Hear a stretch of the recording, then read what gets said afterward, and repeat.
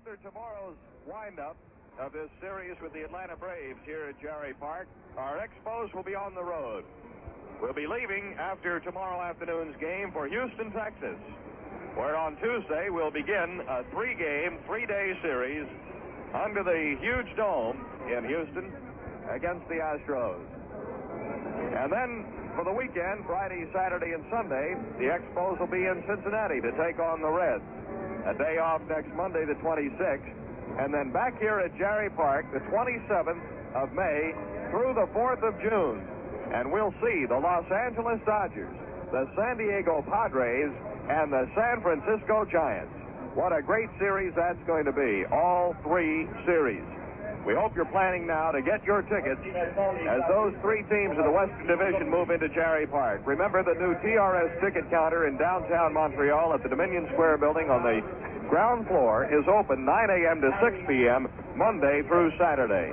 And you can get Expos tickets here at the ballpark any day. The ticket counter is open from 9 a.m. to 9 p.m. Well, the crowd keeps the pour in here to Jarry Park for today's Bat Day game between the Atlanta Braves and the Montreal Expos. Here are the starting lineups as being handed to the plate umpire at this afternoon's game by John Bateman, representing Gene Mock, and by Henry Aaron, representing Luman Harris, the manager of the Atlanta Braves. The plate umpire is Harry Wendelstedt. Here are the lineups for Atlanta. Leading off, second baseman Felix Millan. Batting number 2 for Atlanta will be their slick-fielding shortstop, Sonny Jackson. Number 3 in the order, fabulous 44 of the Braves, Hank Aaron, playing right field. The cleanup man this afternoon is Rico Carty, who hit that pinch hit home run here the other night at Jarry Park to help the Braves to their 7-5 victory over the Expos. Rico Carty will be playing left field. At first base, in place of Orlando Cepeda, who is still suffering from the after effects of being beamed, will be Tito Francona. That's Francona batting fifth and playing first base. Batting sixth for the Braves and playing third base, the veteran Clete Boyer. Bob Tillman, the catcher, will be batting seventh, followed by Mike Lum out in center field, replacing Felipe Alou, who is feeling under the weather. The pitcher on the hill, Ron Reed, the tall, gangly right-hander with a 4-1 record. For the Montreal Expos, their starting lineup has Don Bosch in the leadoff spot playing center field. Maury Wills, the shortstop, will bat number 2. Rusty Staub out in right field will bat third. The cleanup man, the mayor of Jonesville, and all his constituents are out this afternoon, Mac Jones. Back in the order after a one-game rest, playing first base, Don Clendenin. Third baseman, Jose Coco Lavoy, who hit a 2-run homer against the Braves Friday night, will be playing third, and Lavoy will be batting sixth. Batting seventh in the Expos order will be the catcher, John Bateman. Eighth in the order, second baseman, Gary Sutherland. The pitcher, Mike Wagner, will be batting ninth. Going over the umpires now for this afternoon's game. At the plate, Harry Wendelstedt. At first base, Ken Burkhardt. At second, Ed Sudol. And at third, Lee Ware. The Expos have yet to make their official appearance to their defensive positions. That should be happening any moment. It could be that this afternoon's game may be delayed in the start because of the fantastic crowd I see to my left, outside to the left. So we'll just have to wait and see. There are a lot of people, perhaps thousands of them, still outside the ballpark trying to get in here this afternoon. The kids here are having a whale of a time, especially those youngsters who have received a bat. We pause 10 seconds for station identification. This is the Expos Baseball Radio Network. It's a noise I'm sure you've never heard before in your life. And it looks like we're going to have a sellout. I would say no question about it, which means the crowd could be 29 to 30,000 people here at Jarry Park for this big game against the Atlanta Braves. And I know manager Gene Mock and his players would certainly love to reward these faithful Expo supporters with a victory.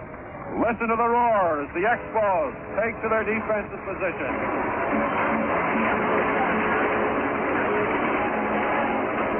And here's Here's how they look defensively. Mac Jones going out to left field. Don Bosch in center. Rusty Staub to right field.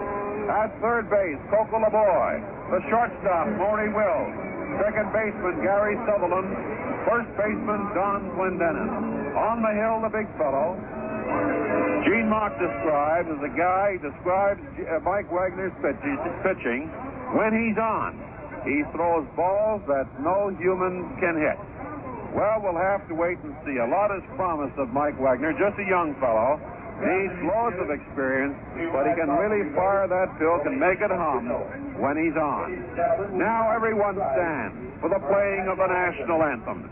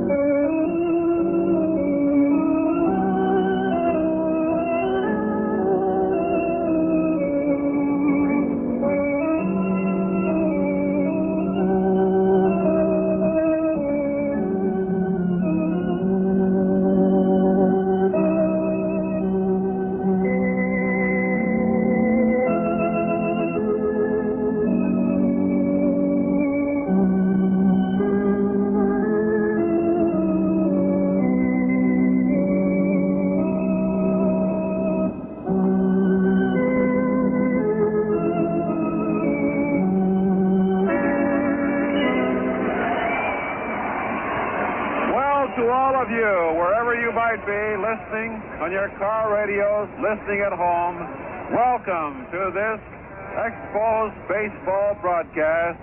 We sure hope we've got a good game for you this afternoon. We certainly have the makings of plenty of excitement since we have so many exciting ball players about to perform for us this afternoon.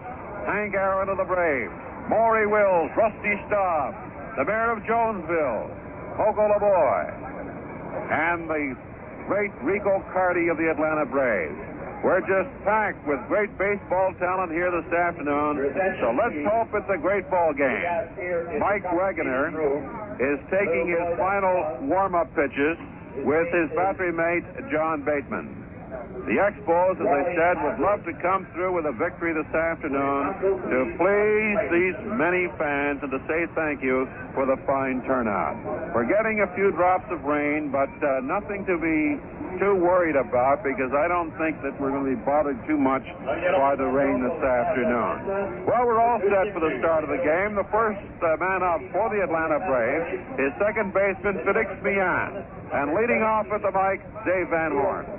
All right, thank you, Russ. Good afternoon once again, everybody. This little shower, and that's all it's going to be, is going to pass over in just a moment. We've got a fine day for this one, considering the weather we had yesterday. Millan is a right-hand hitter. And the right-hander, Mike Wagner, winds it up. The first pitch, the game is underway, and strike one is called on Felix Millan. He was 1 for 4 in that 7-5 Atlanta victory over the Expos night before last. Millan for the year is batting .282. Let's the next one go high and outside. Ball one. 1 ball and 1 strike. Then we'll get Sonny Jackson and Hank Aaron here in the first. The outfield is in for Millan and pretty much straight away. LeBoy in on the edge of the grass at third base.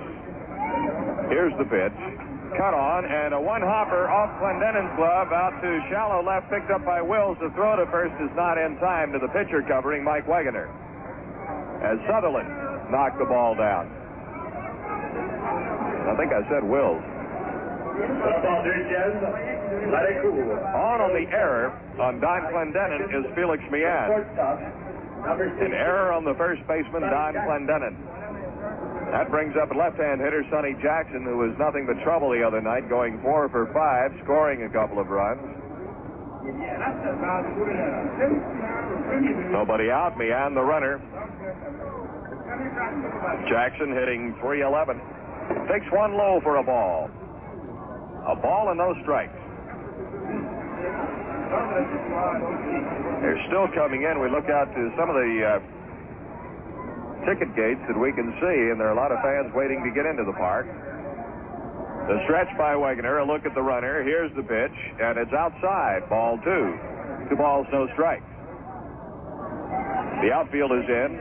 Around to the left. Wills and Sutherland are at double play depth. LeBoy in at third. Clendenin, of course, on the bag holding the runner at first. Here's Wegener's pitch. The fastball, swing and a foul back to the left side. 2 balls and 1 strike to Sonny Jackson. Good man to keep off the bases. He has terrific speed. And he's off to a fine start this year. Atlanta on the road. They've played 17 games. They've won 10 of them. On this current road trip, they've won 5 out of 6. Here's the 2-1. Check swing, and he didn't go around enough to call it a strike. The count goes 3 balls and 1 strike. Pitch was high.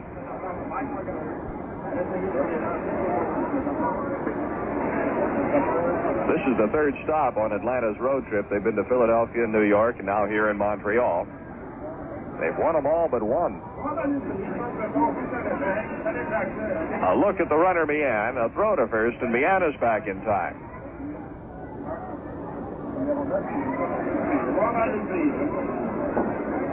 Three balls and 1 strike. Nobody out. Game just underway. The stretch by Wegener. Here's the pitch. Taken high. Ball 4, and Jackson draws a walk. So Mian moves down to second base. Jackson's at first. Nobody out. And the batter will be Hank Aaron. The great Henry Aaron is batting .376. Has hit 7 home runs this year and has driven in 18. Number 44, Hank Aaron. Aaron gets pretty nice reception from the fans here at Jarry Park. So Wegener in a bit of a stew here in the first inning. Pitch is high to Aaron, ball 1.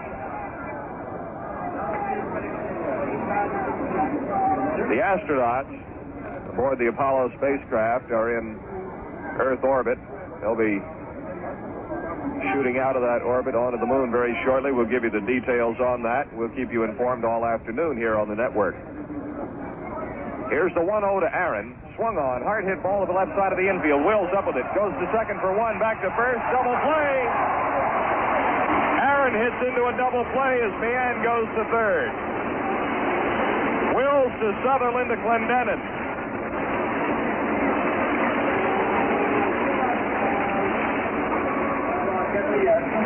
Two away with the runner at third, and the batter will be Rico Carty, making his first regular appearance against us. Hit that pinch hit home run the other night. 2 outs. Mian, the runner at third base.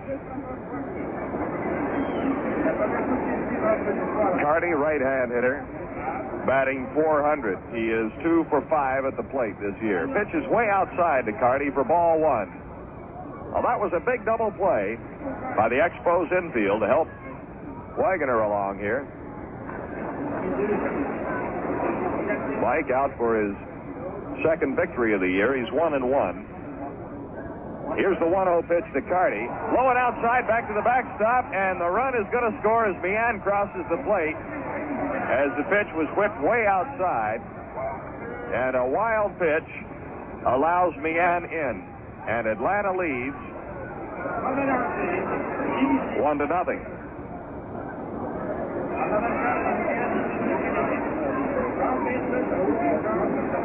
Without a hit. Meehan had gotten on an error on Clendenin. With Aaron's double play, the run will be unearned. Here's the 2-0 to Carty. He takes it down low. Ball 3. 3-0 to Rico. The young man who battled back, lost the entire 1968 season. He fought and conquered tuberculosis. And he's playing again. Here's the 3-0 pitch to Carty. He takes it for a strike just below the letters. 3 balls, 1 strike.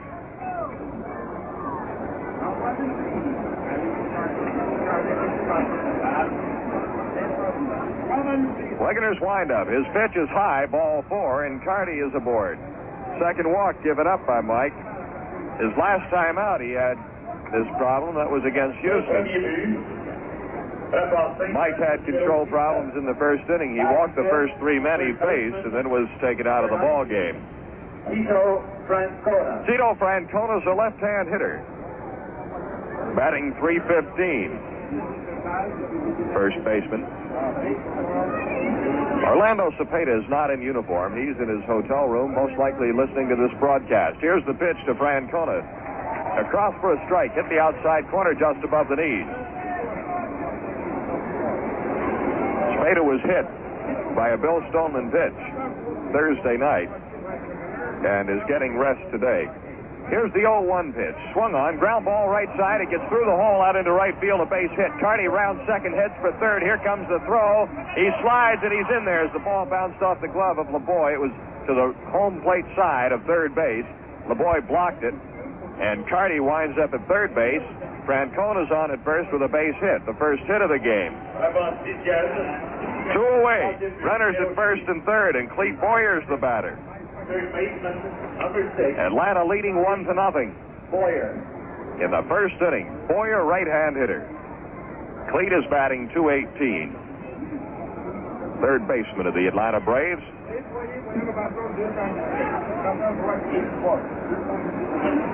Runners lead. Wegener to the stretch, holds at the belt, delivers, missed the outside corner.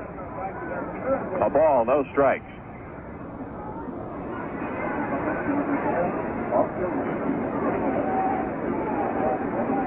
We certainly hope that Orlando Cepeda will be back in uniform and back in the lineup in just a day or so. Here's the pitch. Cut on and a high fly ball. This should end this inning. Shallow center field. Sutherland, second baseman, back. Jarry takes care of it. That's all for Boyer. And that's all for the Braves in the first. 1 run, 1 hit, 1 error, 2 left. Score, Atlanta 1, and the Expos coming to bat. Well, there's a lot of action in Major League Baseball this afternoon. First of all, let's just run over the schedule for you. Juan Marichal will be on the hill for the San Francisco Giants as they meet the Philadelphia Phillies at Connie Mack Stadium in Philadelphia. The Mets are playing at Cincinnati, Chicago at Houston, St. Louis at San Diego, and Pittsburgh at Los Angeles. Over in the American League, the schedule looks like this. Baltimore at Kansas City, Detroit at Minnesota, Oakland at Cleveland, Seattle at Boston, Washington at Chicago, and California at New York. The games at Chicago and at New York will be double headers. And here in Montreal, it's a single game this afternoon between the Expos and the Braves. Bat day here at Jarry Park, as the youngsters, 15 years of age and under, each have received a free Little League baseball bat, and they're really enjoying themselves so far.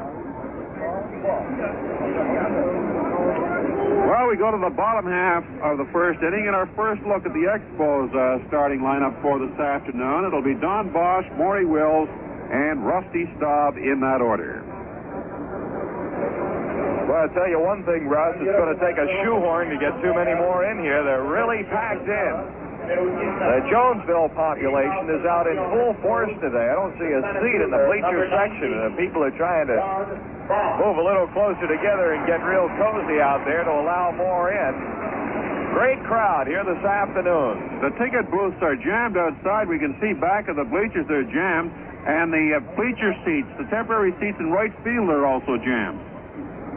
Don Bosch, left-hand hitter.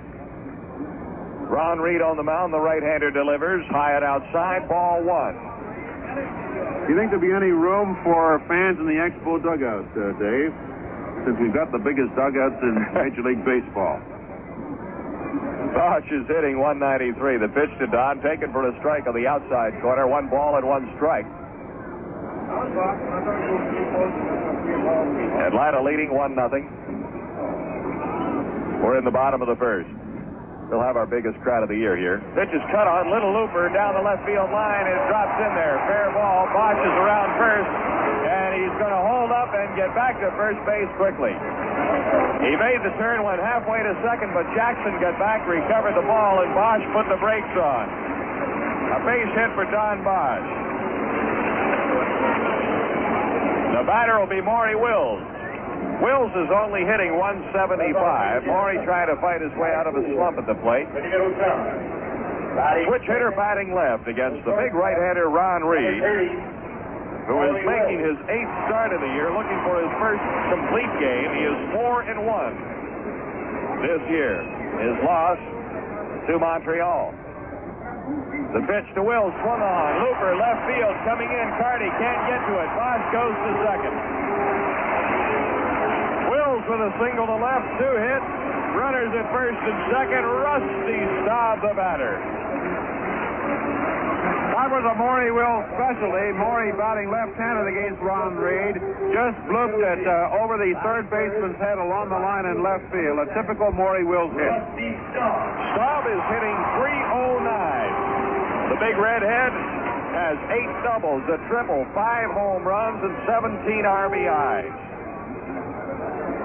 He and Coco LaBoy both have 17 RBIs. Mac Jones leading the club in that department with 26. Reed in trouble now with nobody out and runners at first and second. And good speed on the bases. The first pitch is a slider taken for a strike, 0-1. Reed will also throw sidearm. Should give a lot of batters some trouble. As we said in Atlanta when Ron was pitching, when he's right, he's a very tough customer. Here's the pitch. Fastball is down low. 1 ball and 1 strike. The wind today is right to left. All during the week we saw the wind left to right. Right to left here today. And a pretty good wind. Reed to the stretch. Here's his pitch, and a change-up is way outside. 2 balls and 1 strike.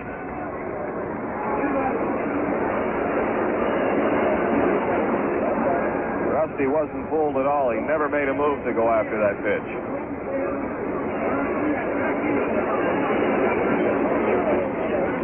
Aaron is deep in right. The center fielder, Mike Lum, shallow and around the left center. Staub can hit to both fields. He's got a pretty good hole in right center. Right away, the fast-falling right-hander, Jim Britton, starts to warm up down in the Atlanta bullpen. 1-0 Atlanta. Expos have got runners at first and second. The pitch to Staub, taken on the inside corner. Strike called, and the count is even. 2 balls and 2 strikes. Bosch, the runner at second. Wills at first. Both single to left. Bosch, a looper down the line that Jackson couldn't reach. And Wills, a liner in front of Carty. Here's the 2-2. Swung on and fouled back to the left side into the stands. And the count remains 2 balls and 2 strikes.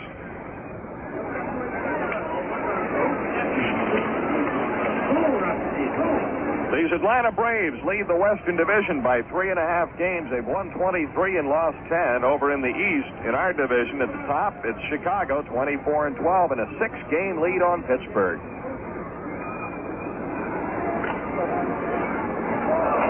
Pitch to Staub, low and inside, down in the dirt. 3 balls, 2 strikes.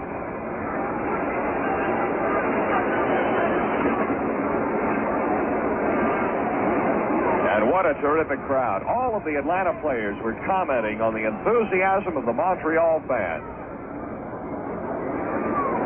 saying that From what they've seen and heard, this is the best group of fans in baseball today. The 3-2 is cut on and popped up. Back of the plate to the left, Tillman over the mask. Does he have a play? No, it's behind the screen by about a foot. Just behind the screen. So Rusty's alive, 3-2. The fans here at Jarry Park will remind you a lot, baseball fans in upper New York State that are listening, and maybe a lot of fans elsewhere that used to travel to Ebbets Field in Brooklyn to see the old Dodgers play. And I was among them. What great fans those Brooklyn people were, and still are today. 3-2, the count on stop. Runners at first and second with nobody out. The curve swung on, ball hit well, but high into the air. Back to the left side. Going back is Jackson. He's got it. Well, that died quickly. It started good, but didn't go anywhere. The stop is out. One away. Here's Mac Jones.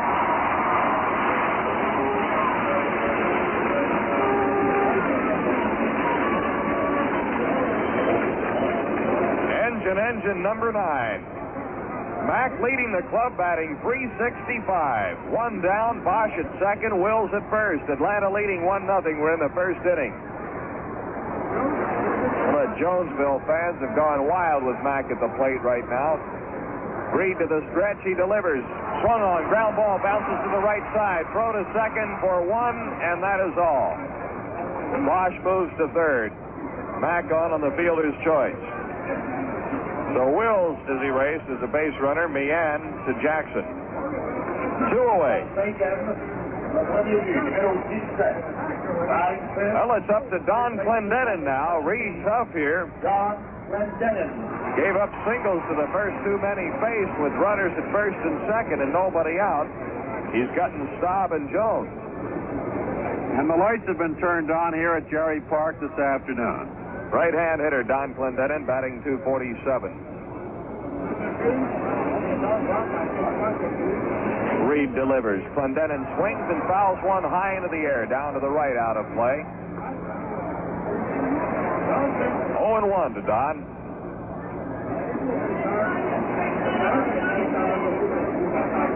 He'd like to get that stroke back. Got a great opportunity to get going right here. With Bosch at third and Jones at first. Here's the pitch. A curve is swung on and ripped foul behind third base on the ground. 0-2.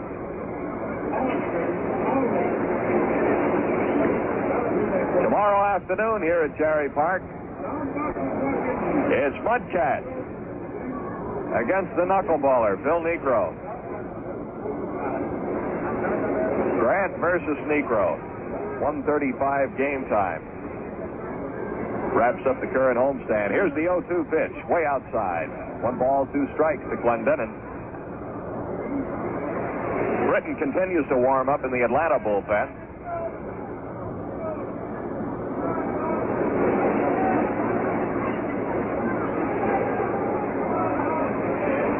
Carty in left, around toward left center. Lum pretty much straight away in center field for Clendenin. He's called out on strike.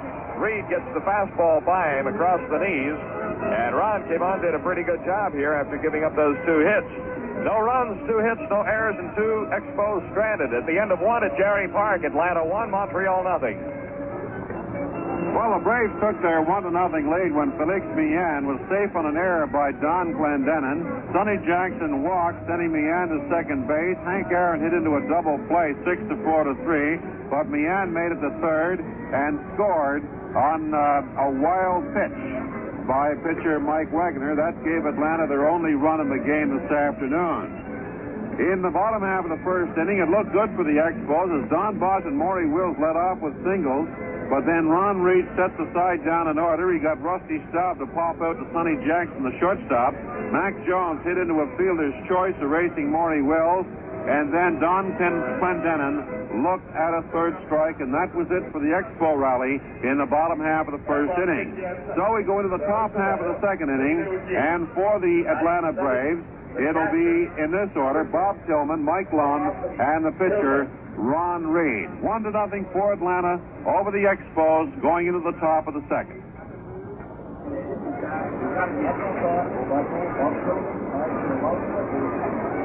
Well, the bottom third of the order, and while we have a moment here before Wegener deals with Bob Tillman, we'll take 10 seconds for station identification. This is the Expos Baseball Radio Network.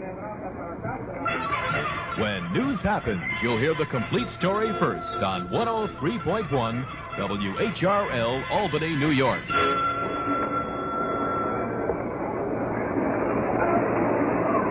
Bob Tillman is batting .237, right-hand hitter.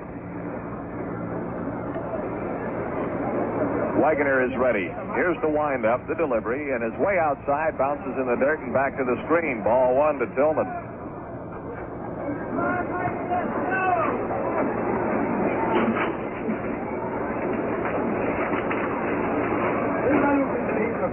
Lum is on deck.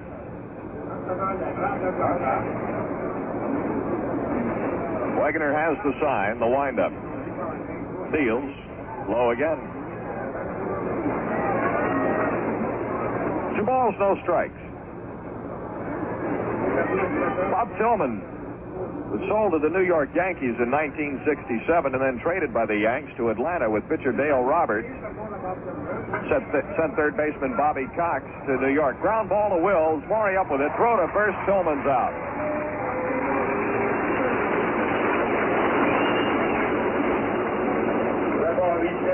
Tillman had been with New York for only 22 games. He played most of his major league career with Boston, 62 through 67. All right, here's Mike Lum.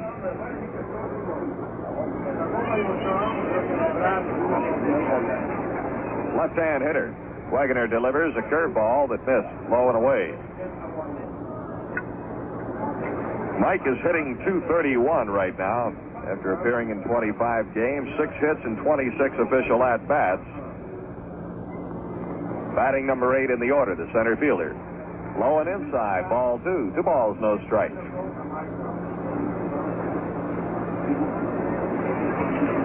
Mike was born in Honolulu, Hawaii. Went to high school there and went on to Provo, Utah, and attended Brigham Young University. The 2-0 to Lum. Low and inside for ball 3. So on 3 pitches. Wegener's behind here with 1 out, nobody on. On deck is the pitcher Ron Reed.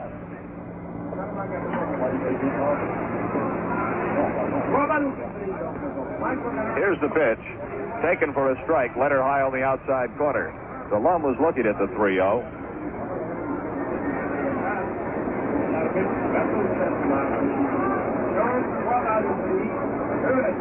The 3-1 pitch, swing and a foul, down to the left into the stands. 3 balls and 2 strikes. Dave, Richie Allen has hit a 2-run homer for the Phillies. It's 2-2 between the Giants and the Phillies in the second inning. Marshall is pitching for the Giants. Jackson for the Phils. Here's a bounder, goes to the left side. Wills again up with it, throw to first base. They get Lum by a step. 2 away. So after falling behind, Wegener comes back to get Mike on a ground ball.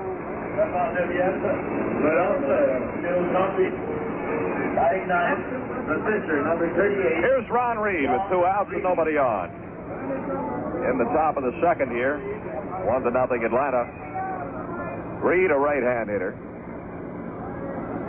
Wegener delivers a curve, and Reed swings and misses.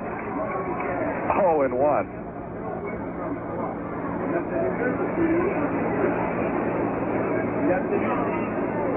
On a strike zone.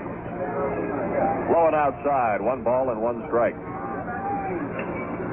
Reed puts a pretty good strike zone up there.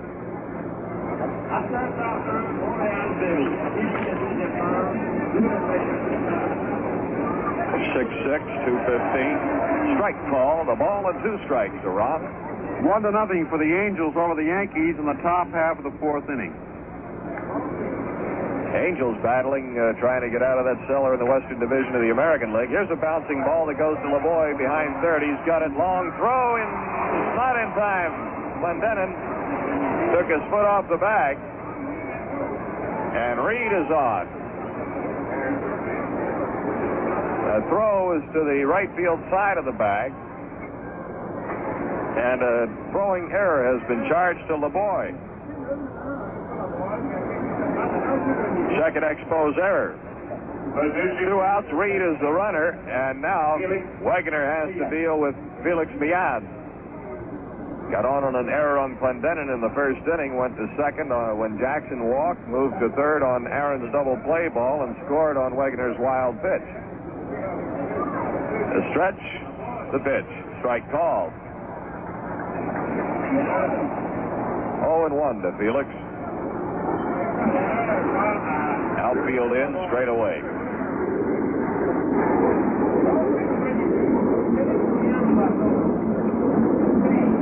Ron Reed, the runner at first.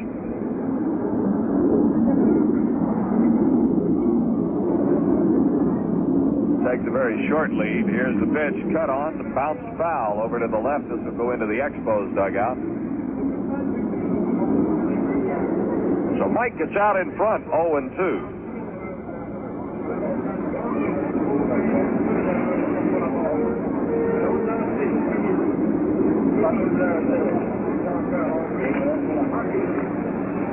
Wegener's second time out against Atlanta. Fly ball, shallow right field stop coming in. Clendenin goes back. Sutherland is there. Clendenin takes it.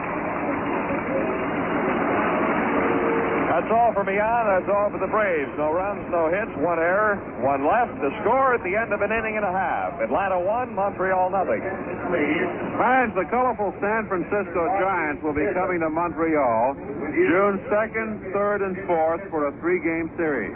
Now, this message is to all our friends down in the United States and in the Ottawa Valley, listening along the Expo Baseball Radio Network, to come to Montreal and see the Giants in action June 2nd, 3rd, and 4th. When you see the Giants, you see the high-kicking Juan Marichal, the fabulous Willie Mays, and the terrifying Willie McCovey at the plate. San Francisco Giants play the Expos June 2nd, 3rd, and 4th here in Montreal. So let's just double-check that those dates. Hold it. Yes, June 2nd, 3rd, and 4th, the Giants play here at Jarry Park in Montreal. So make your plans now to come up to Montreal for those 3 days. Form a group. Call the group sales department at the Montreal Expos and come on up and join in the fun at Jarry Park. 875-2300 is the telephone number in Montreal.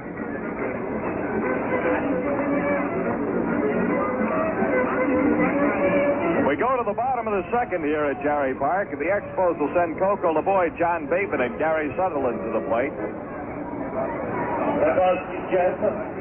hits off Ron Reed. Leadoff singles by Bosch and Wills in the first inning. And the runners were stranded. 1-0 Atlanta. LeBoy steps in, hitting .328.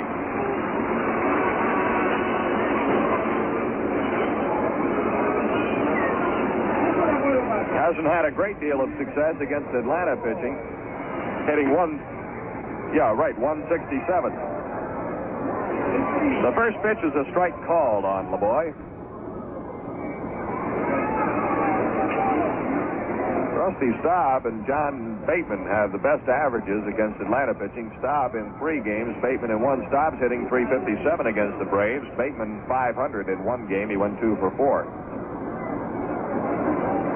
Pitch low and outside for a ball. 1-1 the count. Reed winds it up. His change of pace is swung on and missed by LeBoy. Get a lot of motion, then he pulled the string on it. And pulled Coco. 1 ball, 2 strikes.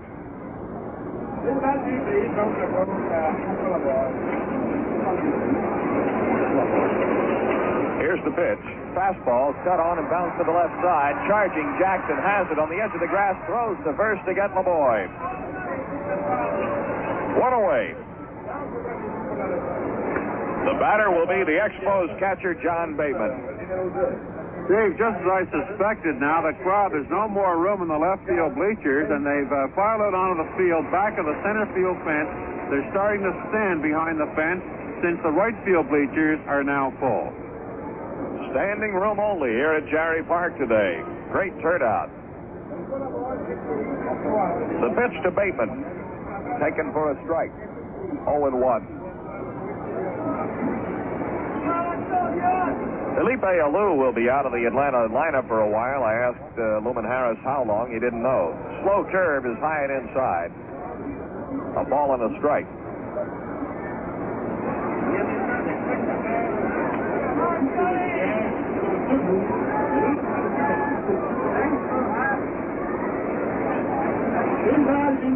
Outfield way around to the left for John Bateman. Here's Reed's pitch. Ground ball to the right. Meehan waiting. Up with it. Throw to first. Bateman is out. Second to first. 2 up, 2 down. Sutherland the batter. Jarry hitting 167 against Atlanta pitching. Batting 200 for the year. Number 1, Jarry Sutherland. Felipe Alou injured his hand in the New York series. They didn't discover it until he got to Montreal after playing that first game. Pitches high and outside to Jarry. Ball 1.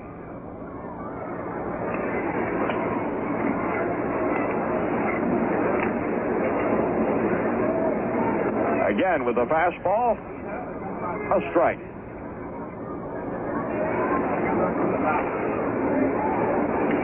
Two outs, nobody on. Here's Reed's windup. The pitch is way outside. They count 2-1.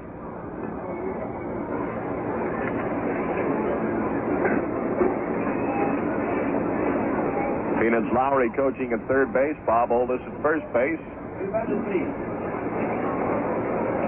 The pitch. Check swing foul. No, fair ball, first base side. Reed off, has it, throws to Francona, and that's all for Sutherland. But for a moment that bounced on the plate, or beside the plate in foul territory, but it hadn't. It was a fair ball. Sutherland is out. Reed to Francona, and Reed puts the side down with nothing across. At the end of 2, it's Atlanta 1, Montreal nothing. At the last break, we were talking about the San Francisco Giants coming to Montreal June 2nd, 3rd, and 4th. Say you're a Los Angeles Dodger fan, and if you just check your Expo baseball schedule, you'll find out that the Dodgers come to Montreal May 27th, 28th, and 29th for a 3-game series. I don't know how many of you have read the latest edition of Sports Illustrated, but they have a cover story on the Los Angeles Dodgers. Manager Walter Ralston with some of his young players like Bill Sedakis and Bill Grabarkowitz, fellows who are really making the Dodgers hum this year. We'll see them all in action then here at Jarry Park, May 27th, 28th, and 29th. So along the Baseball Network, if you'd like to see the Dodgers in action, form a group and call the Expos Group Sales Department at 875-2300 here in Montreal. The area code is 514. See the Dodgers and Expos May 27th, 28th, and 29th at Jarry Park.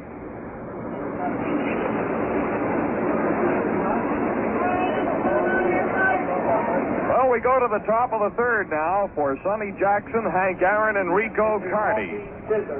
Atlanta leading Montreal 1-0 here at Jarry Park. Standing room crowd only.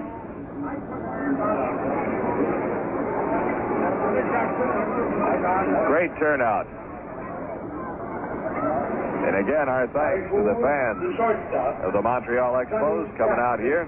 May 27th, 28th, and 29th for a 3-game series. I don't know how many of you have read the latest edition of Sports Illustrated, but they have a cover story on the Los Angeles Dodgers. Manager Walter Ralston with some of his young players like Bill Sedakis and Bill Grabarkowitz, fellows who are really making the Dodgers hum this year. We'll see them all in action then here at Jarry Park, May 27th, 28th, and 29th. So along the Baseball Network, if you'd like to see the Dodgers in action, form a group and call the Expos Group Sales Department at 875-2300 here in Montreal. The area code is 514. See the Dodgers and Expos May 27th, 28th, and 29th at Jarry Park.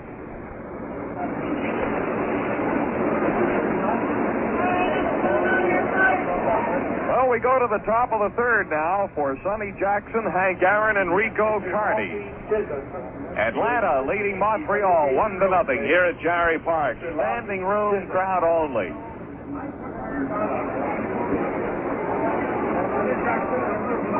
Great turnout.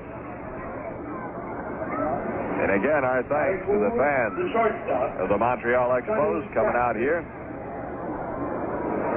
Take in this big day, bringing the kids along for Bat Day. Everybody having a good time. That brief shower we had right at the start of the game ended quite some time ago. Jackson up for the second time. He walked in the first inning. Left-hand hitter.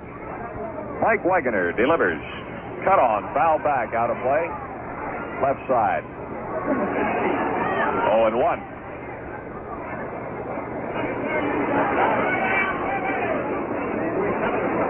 Last night's game that was rained out has not yet been rescheduled. Here's a swinging foul over the head of the third base coach, Jim Busby. Down to the left side, bounced into the stands. 0-2 to Jackson.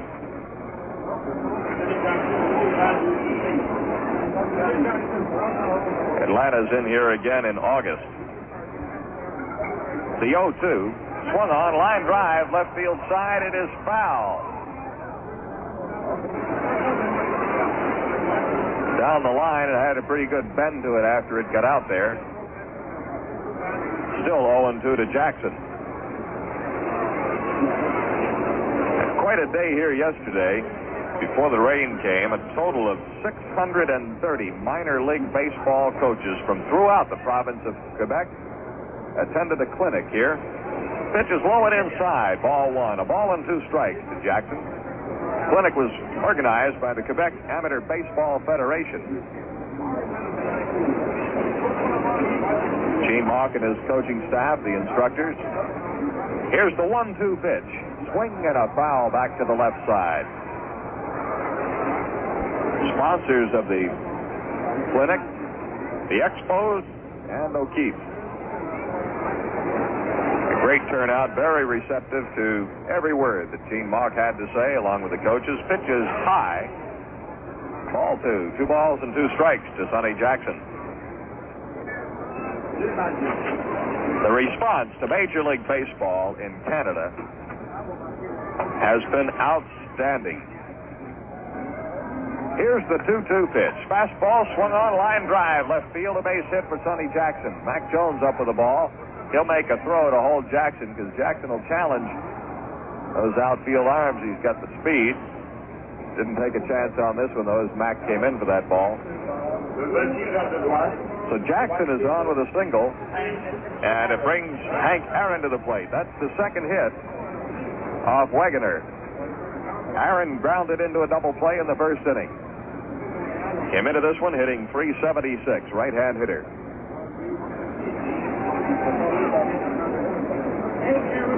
There goes Jackson. The pitch is high. Bateman's throw is high. Jackson slides in under it. Sonny Jackson comes up with a stolen base.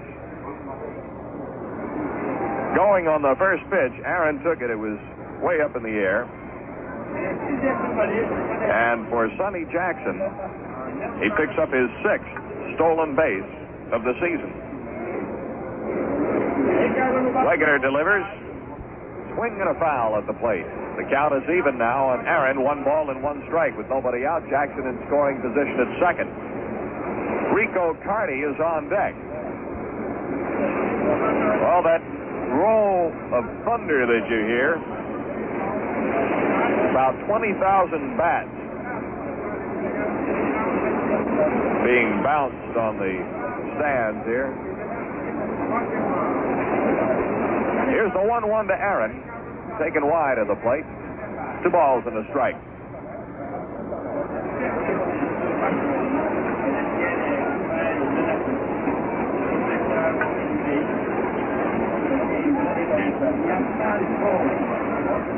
Got the shift on for Aaron, way around to the left. Here's the 2-1, cut on, line drive, foul to the left.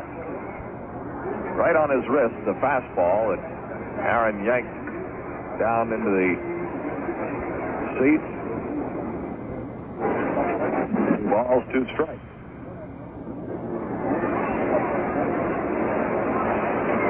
All the hitters just marvel at that wrist action of Hank Aaron. Here's the 2-2 to Aaron. Cut on and fouled back to the left side, high into the air, into the stands.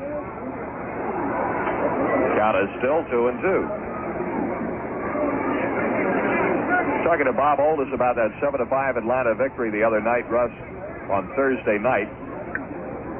Guess how many baseballs were used in that game?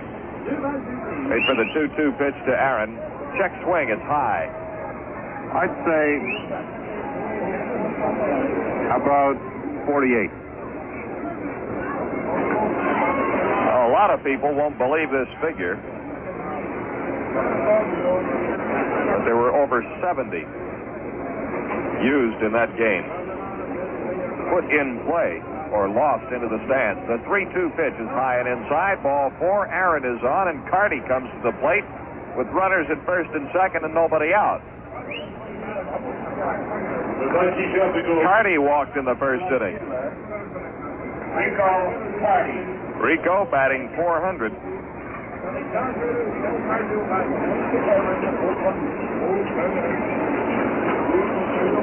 6 games used as a pinch hitter up to now.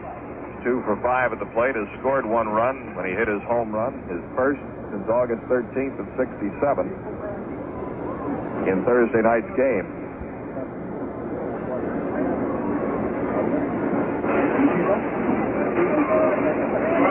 Runners lead. The pitch to Carty. Swung on. Line drive right center. Bosch has to come fast for that ball. Jackson being waved in. Aaron digs for third, and Carty holds up at first. So Carty comes up with an RBI single to right center, scoring Sonny Jackson from second base.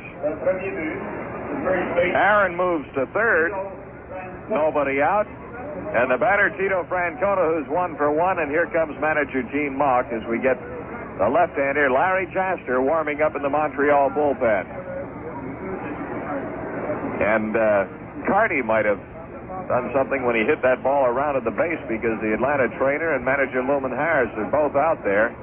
And Bob Aspromonte is up off the bench and is coming out on the field, and it looks like he may take over for Carty at first base.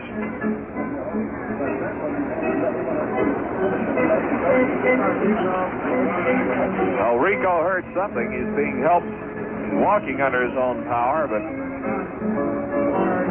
could be his shoulder. That's what it appears to be, his right shoulder. Carty might have pulled a muscle when he hit that ball or something. But Carty is out of the game, and Bob Aspromonte takes over. So Bob Aspromonte is now the runner, and he'll be taking over undoubtedly in left field. We hope that this injury to Carty is nothing serious.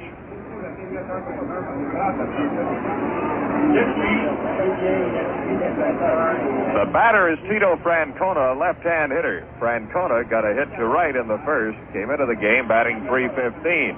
Nobody out, with Aaron, the runner, at third, Aspromonte at first, Francona at the plate. Outfield straight away and not too deep with that runner at third base. Here's the pitch. It's inside, gets away from Bateman, back to the screen, and Aaron comes home.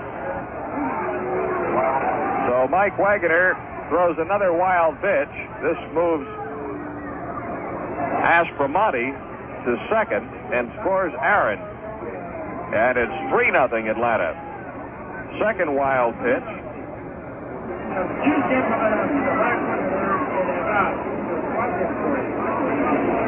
So Mike has not helped his own cause here as the Braves take a 3-0 lead here in the top of the third. A ball and no strikes. Pitch is low and inside, blocked by Bateman, who was down in the dirt. John getting a pretty good workout behind the plate.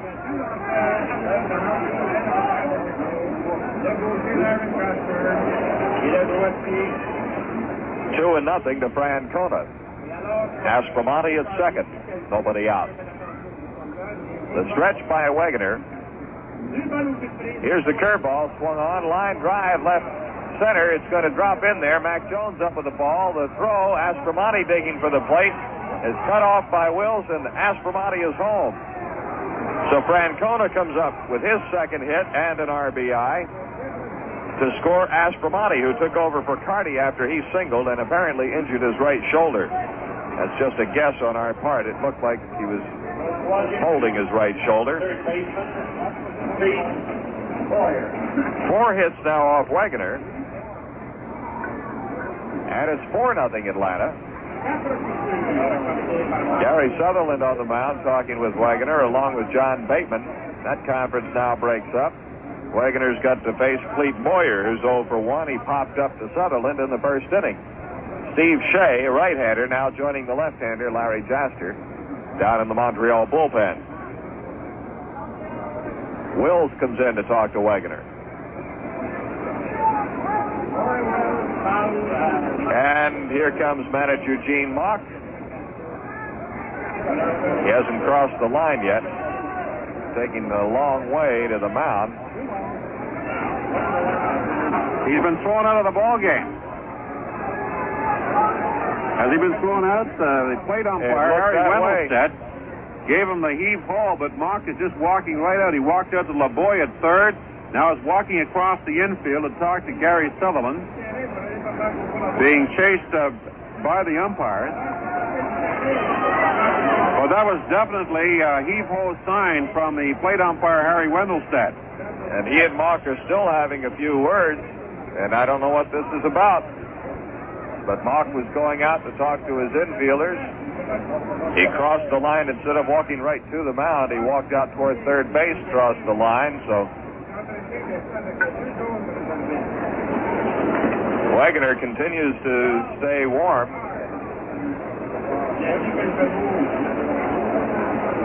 Out there on the mound, he's continuing to warm up. There's been no motion made toward the bullpen. And Mock is having a few words with the umpires, and I don't know, from a couple of Gene's gestures, he may be complaining about some ball strike counts, Russ. Could be. And if he came out of the dugout talking to Wendelstedt about that, of course, that's the reason he's out. Well, I noticed when Mock walked out of the dugout, now his spot in the dugout is the right side of the dugout, and he walked diagonally across towards third base, as if to give the Shea working out in the bullpen as much time to warm up as possible. But he's not going to be thrown out for that.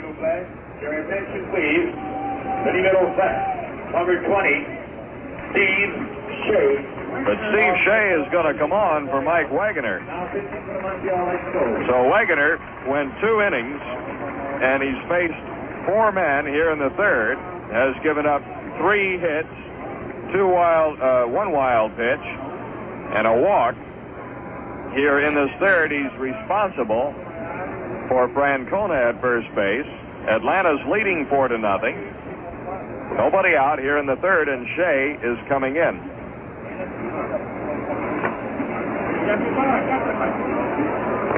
Mock still in the dugout at his spot, home plate end of the dugout, near the entrance to the field. The steps that lead up out of the dugout onto the playing field. But there didn't seem to be any doubt in anybody's mind that Wendelstedt turned around and made the call. Well, it could be that Wendelstedt just got mad at Mock and said, get back, get out. I mean, don't delay it. This is quite possible, because I can't think of any other reason why he would give him that heave-ho sign. But Mock is still in the dugout. It looks like he's going to stay there, so maybe Wendelstedt was just waving to get back into the dugout and not to delay the game. This is a possibility. Wendelstedt looking over toward the dugout.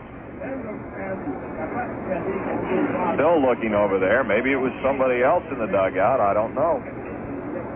We'll just have to wait till we get the word up here. Wendelstedt made the sign. In addition to hollering, he came down hard with that right arm. He made the sign that an umpire makes when he's ejected someone from a ball game. Now Gene's leaving. He walked all the way down to the far end, and Mock is leaving. So he was ejected. My guess is that he's complaining on ball strike counts. Fly ball, center field. Don Bosch waiting under it. He's got it. Boyer is out, and Francona returns to first.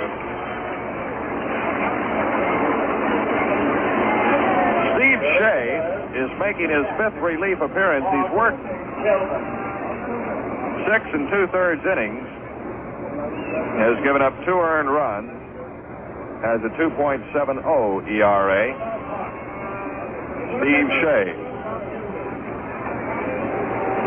For Steve, it is his first time out against Atlanta. The right-hander delivers a swing and a foul off the bat of Bob Tillman. Tillman grounded out in the 2nd inning. 4-0 Atlanta. We're in the top of the 3rd. New Expos pitcher and manager Gene Mauch was removed from the game. Throw to first base, getting back in time. Francona. Jackson led off with a single, stole second. Aaron walked. Carty drove in Jackson. Aaron went to third. Francona drove in Aspromonte after Aaron scored on a wild pitch. 3 runs in this inning. Mike Lum on deck. Here's the pitch. Cut on, and the comebacker right to the mound. Shea turns, fires to second for 1, throw to first. That's all for Atlanta. Tillman hits into a double play, 1-4-3. Shea to Sutherland to Clendenin. In the 3rd, Atlanta. 3 runs, 3 hits. No errors in the field. And nobody left on base. The score at the end of 2.5 here at Jarry Park. Atlanta 4, Montreal 0. All right, checking the out-of-town scoreboard. In the National League, we have no further score in that game from Philadelphia. Giants scored 2 runs in their half of the first. In the bottom half of the first, Richie Allen hit a 2-run homer for the Phillies, so it's a 2-all tie playing in the 2nd inning. Marichal on the hill for the Giants, Jackson for the Phillies. New York is playing at Cincinnati. Nothing yet in the 1st inning in that game. Seaver on the hill for the Mets, and Merritt for the Red Leg. Chicago is playing at Houston. Hands for the Cubs, Griffin for the Astros.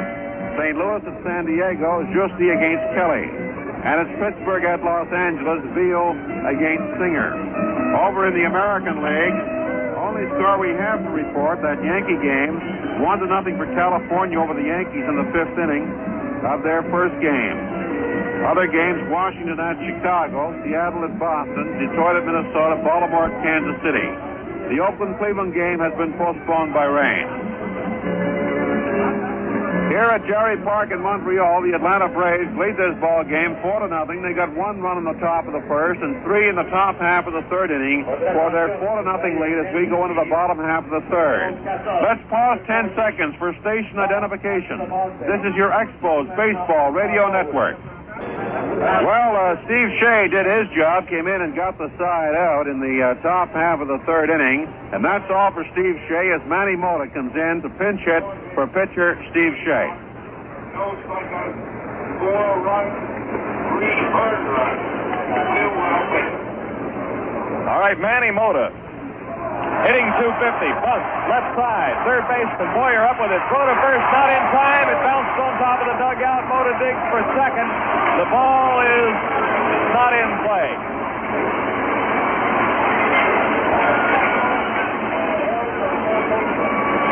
Now let's see what's been called. Let's see what's been called here. Bob Oldis is out arguing, and Mota's being called back to first base. And here comes Peanuts Lowry out to argue. And we've got a heated argument now at first base. The throw by Boyer got by the first baseman Francona, bounced over on top of the Atlanta dugout and onto the track. Mota dug for second, and they've called him back. Now, what's happened? Oh, he's going back to second. Looks like we might have won one here.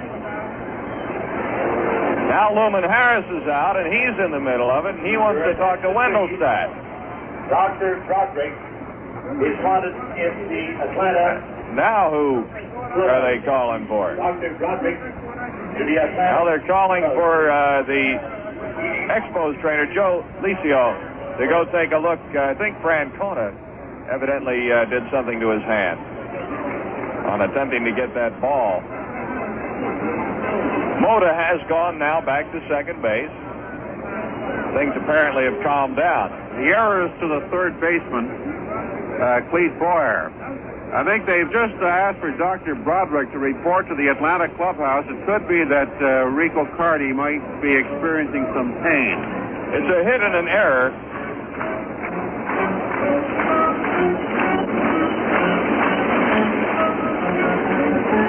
Error on the third baseman.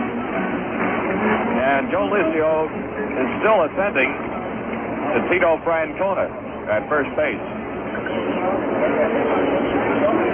Don Bosch is going to be the batter with Manny Mota at second and nobody out here in the bottom of the third with Atlanta leading 4-0. So we've still got the time out here, and while we have the opportunity, we'll mention that as soon as there is any further word on the Apollo flight to the moon, we will receive it here in our broadcast booth at Jarry Park and pass those bulletins on to you and keep you informed as best we can throughout the game here this afternoon. Our last report, the astronauts aboard the Apollo spacecraft, all doing fine, and they were in Earth orbit. And we'll have further word for you later. Well, there's quite a crowd around Francona, Licio, Dr. Broderick. The Expos Dr. Bob Broderick is out there. Manager Luman Harris, a couple of the umpires. Second baseman Felix Meehan looking on.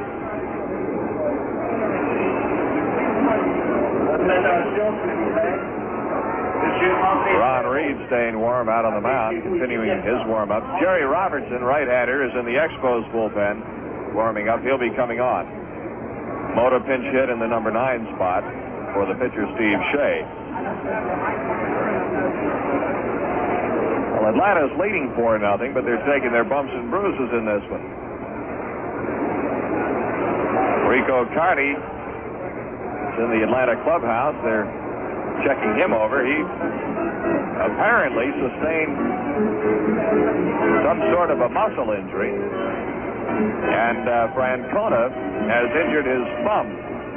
Dave, I've got a few scores here just coming in now. Seattle leads the Red Sox 1-0 in the bottom half of the second inning. No score, Washington and Chicago in the top of the second. Oakland at Cleveland postponed because of rain. The score in the Giants game at Philadelphia, it's 3-2 for the Phillies over the Giants, top half of the fourth inning. 1-0 for California over the Yankees, bottom half of the seventh inning at Yankee Stadium in New York. Oh, we should be getting underway in just a moment now. All kinds of action here. Dr. Broderick's going down to the Atlanta clubhouse to take a look at Rico Carty. Meehan has taken his position again at second. Francona stays in the ball game.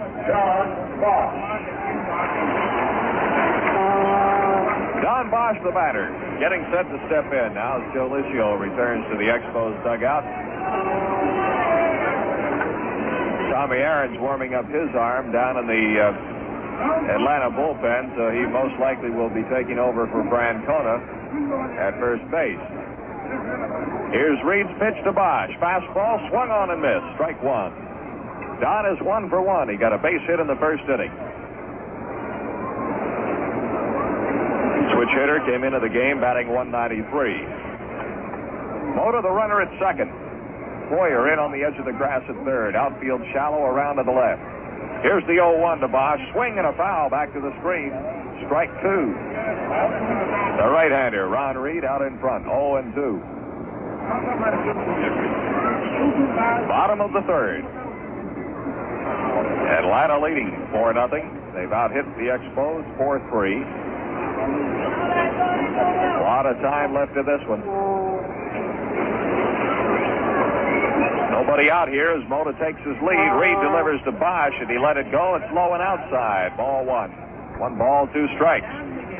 Gene Mock has been ejected from the game, apparently for not cleaning up. We will repeat it. In the top of the third, Gene Mock was ejected, and here's the 1-2, and he struck him out. Bosch went after a fastball, goes down swinging as Reed logs his second strikeout. 1 away, and the batter will be Maury Wills, 1 for 1. Got a hit in the first. Maury Wills.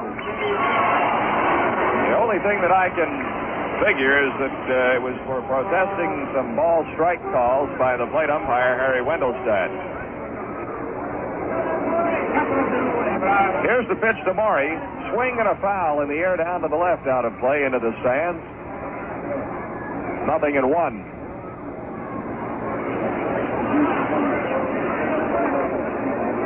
Game time here tomorrow is 1:35. Jim Mudcat Grant for the Expos and Phil Negro for Atlanta. So come on out and be with us. What a crowd we've got here today.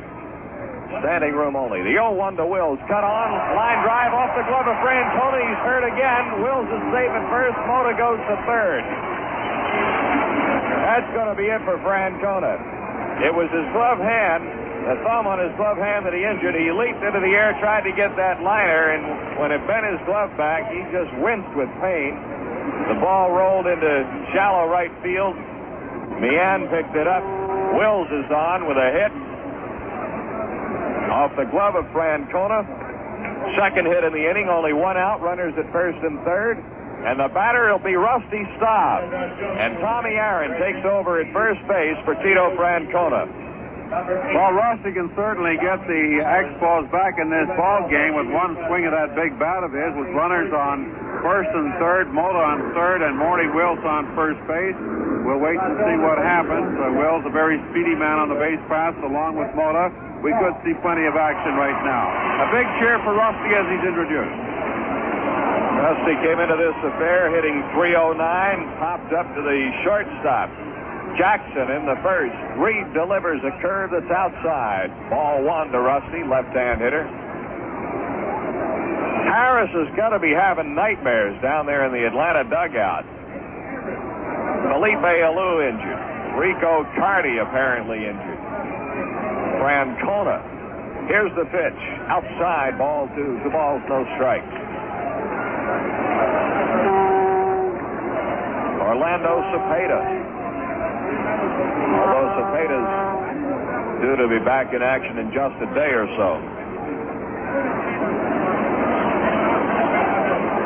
1 down. Runners lead the pitch. Taken high.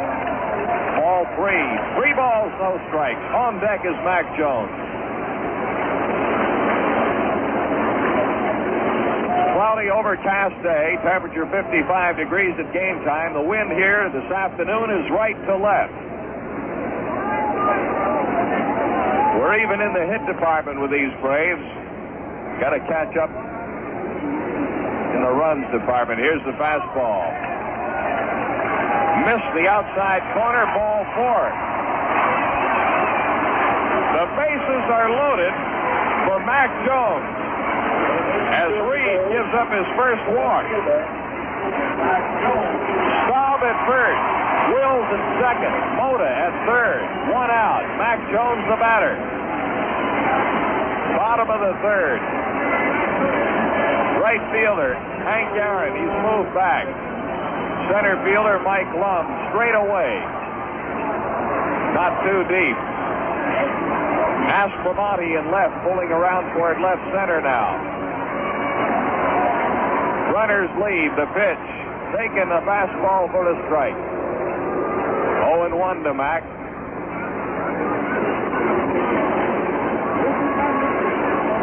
Got some activity in the bullpen again. Atlanta has Jim Britton warming up. Second time he's starting to throw. Reed delivers the curve. Strike 2 call on Mac Jones as Reed folding. A slow curve. No balls, 2 strikes. John Clendenin in the on-deck circle. The base is loaded. Fans right on the edge of their chairs. Here's the 0-2 pitch, a curve that's inside. 1 ball, 2 strikes. Reed's not messing around with any hard stuff with Jones right now. Throwing that junk up there. Reed told me before the game that's what he uses on Cleon Jones, who's been hitting just about everybody. Reed's gotten him out. Here's the 1-2. Fastball swinging, a foul down to the left.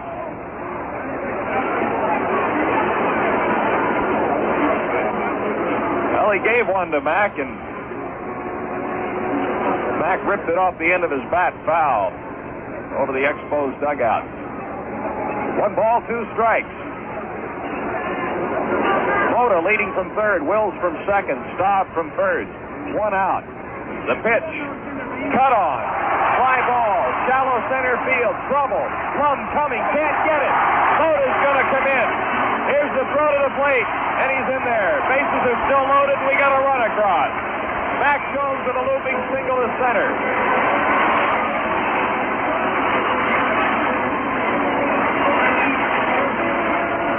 Dave, it looked like Mike Lum came charging in for that ball. It looked like he was going to get it and pulled up, put the brakes on, and stopped and let it bounce right in front of him. Lum seemed mad at himself for doing it, but it's a big single for Mac Jones, scoring Manny Mota from third base. 3 hits in the inning. A run is in.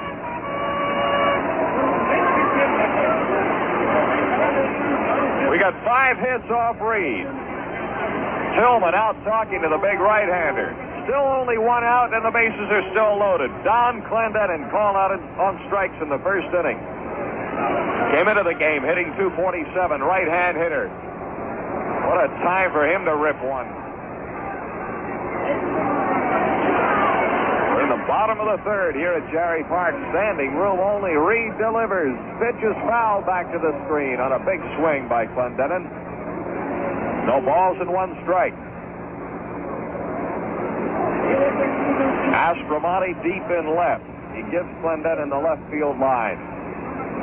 Lum is shallow, shaded 3 or 4 steps to left center.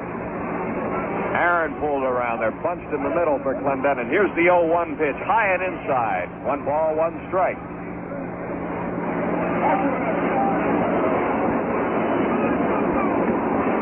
Watch Meehan back up every time the catcher throws the ball back to Reed. Meehan standing on second base just so the ball gets by Reed, that runner can't come home. Of course, Maury Wills is at third. He might try, but Meehan would be right there backing up. It's a tip for youngsters when they come watch Major League Ball. Swinging a foul off to the right side. 1 ball, 2 strikes. With that runner on, that second baseman coming over behind the pitcher to back him up.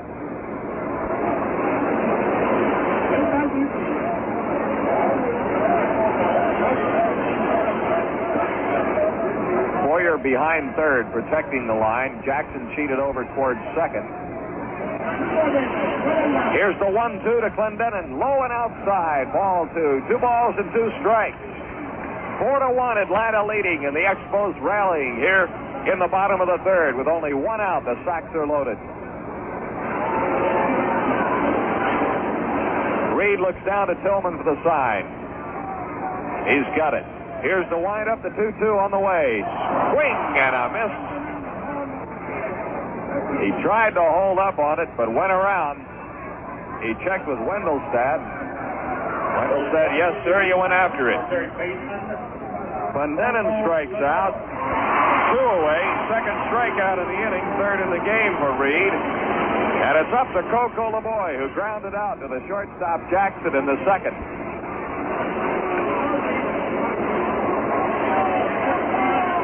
Wills at third, Staub at second, Mac Jones the runner at first, 2 outs. Here's the pitch to LeBoy. It's down low, ball 1. Wind is right to left.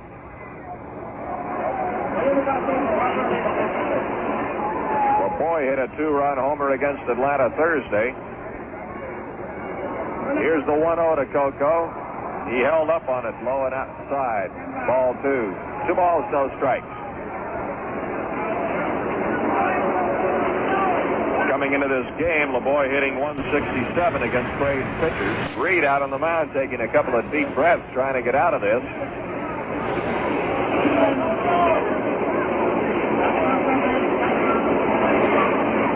A wind up in the pitch. A swinging strike two. So the count is even now, 2 balls and 2 strikes with 2 outs. And the bases loaded.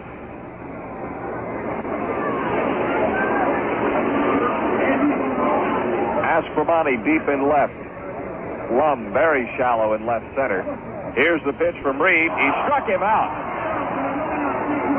Reed comes back to strike out Clendenin and LeBoy with the bases loaded after Mac Jones drove a run in. 1 run, 3 hits, an error in the field, and 3 men left.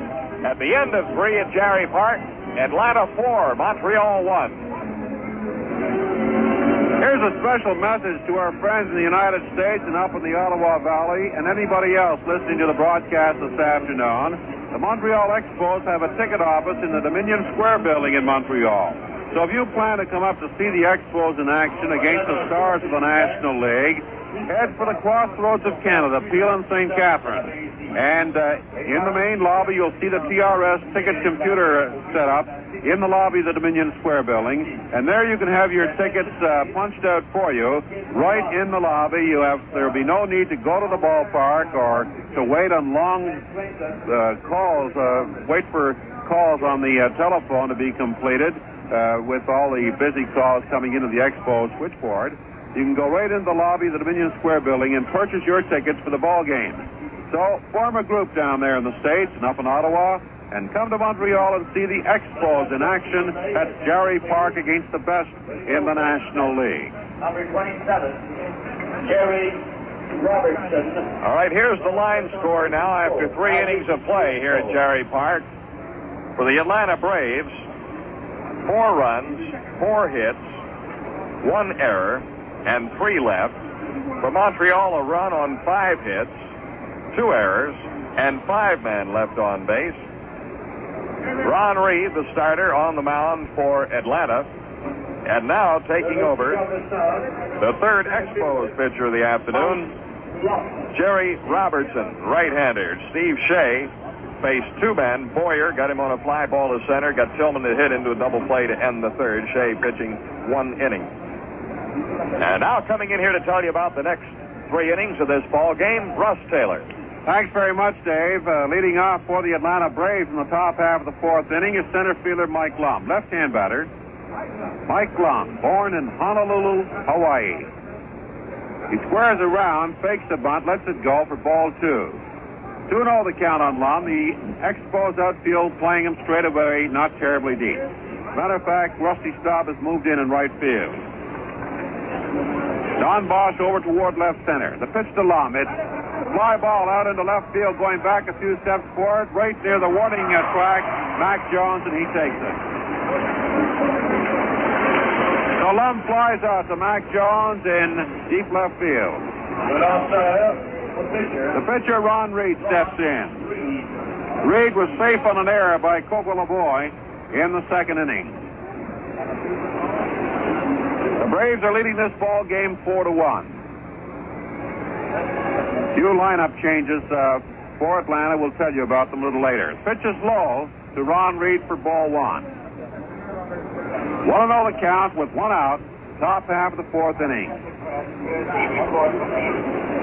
The pitch is low.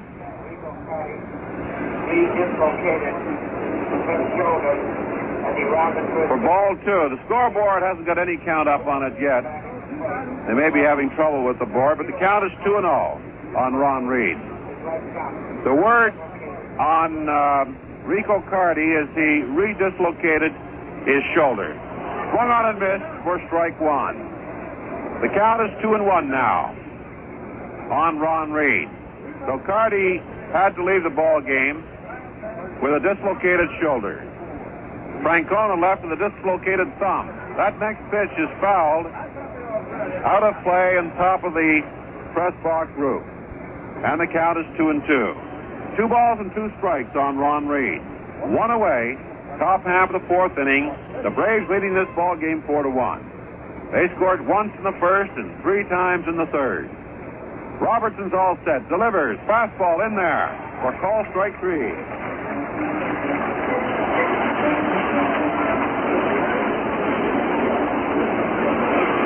Jerry Robertson is a hard thrower, used only in relief by manager Gene Moss. Felix Millan moves in.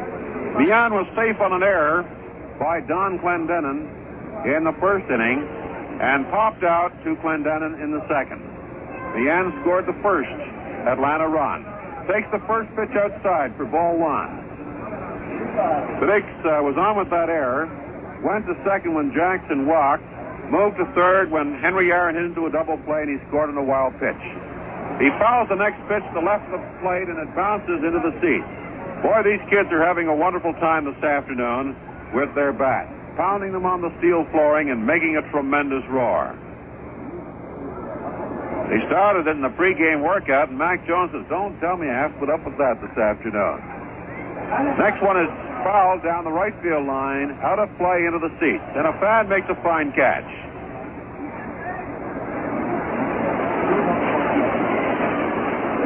So the count is 1-2 on Felix Millan. Millan was hitting .282 going into this afternoon's ball game. He's 0 for 2 right now. The 1-2 pitch, a changeup, is fouled over the screen and into the press box. One of the reporters reached for it, stumbled all over the place, and finally got it. The fans down below give him a hand. 1-2 the count on Felix Millan. What a fantastic crowd. They haven't announced the attendance yet.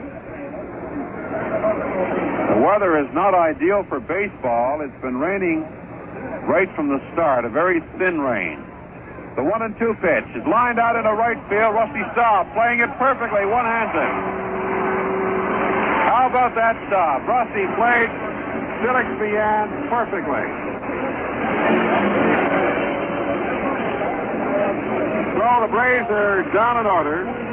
No runs, no hits, no errors. Nobody left on base. After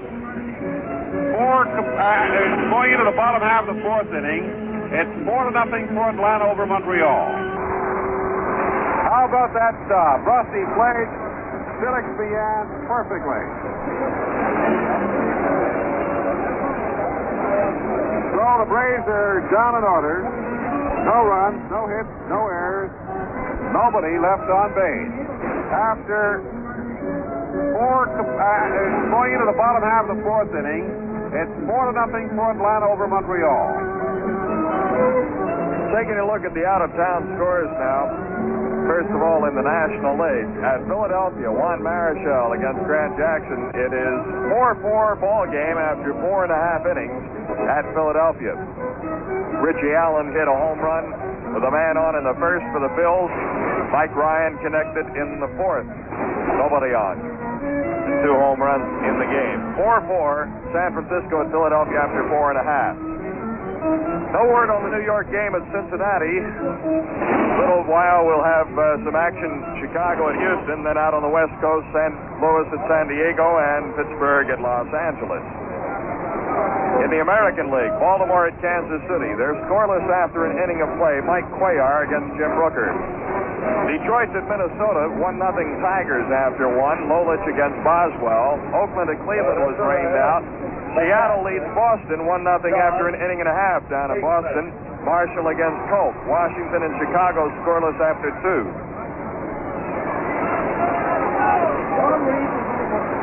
John Bateman leading off for the Expos, bottom half of the fourth inning.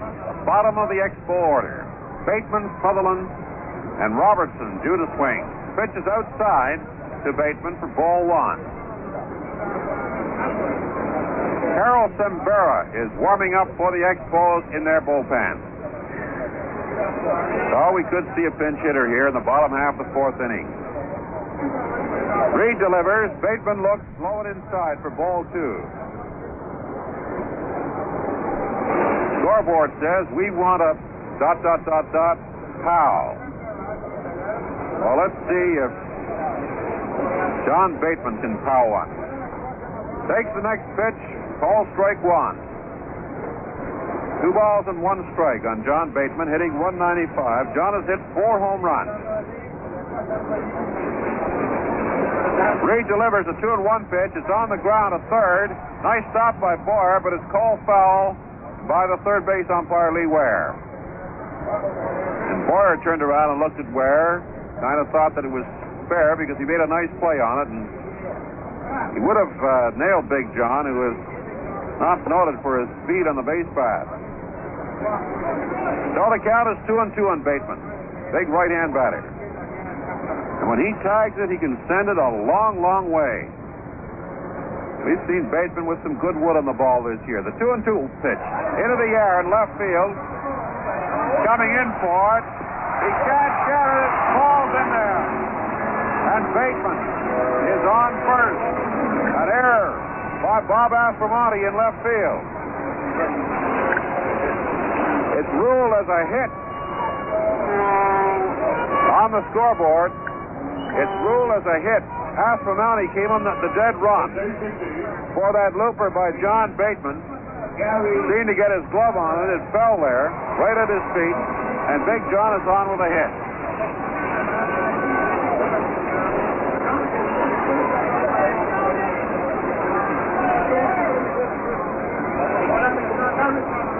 Gary Sutherland, the batter, takes the first pitch for strike one.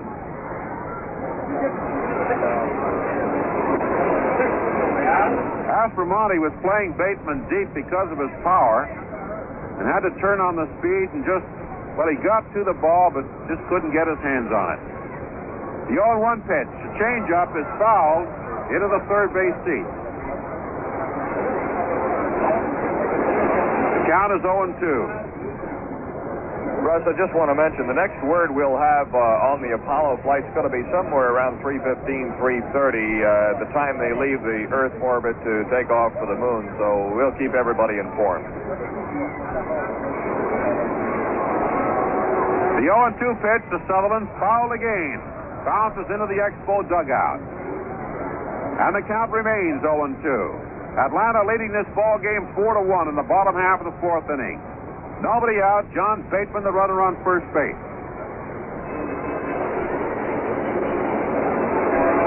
Ron Reed looks down to Bob Tillman for a sign. Gets it and delivers. Low and inside for ball one. Bob Aspromonte took over from Rico Carty in left field. Mike Lum is in center and Henry Aaron in right field. Boyer at third, Jackson at short, Meehan at second. Pitch is on the ground, down to Jackson, over to Meehan for one, back to first, double play.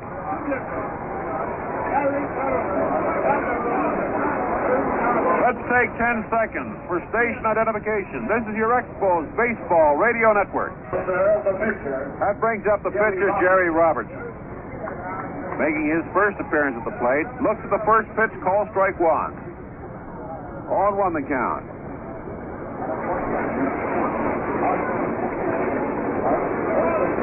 Reed delivers. Swing and a miss for strike two. Expos and Braves close out their series tomorrow afternoon at 1:35. Robertson was going for it, then held up. Ball one, way outside. 1-2 the count with 2 away in the bottom half of the fourth inning. And the Expos hit the road. And we'll get our first look at the Big Dome in Houston. Way outside for ball two.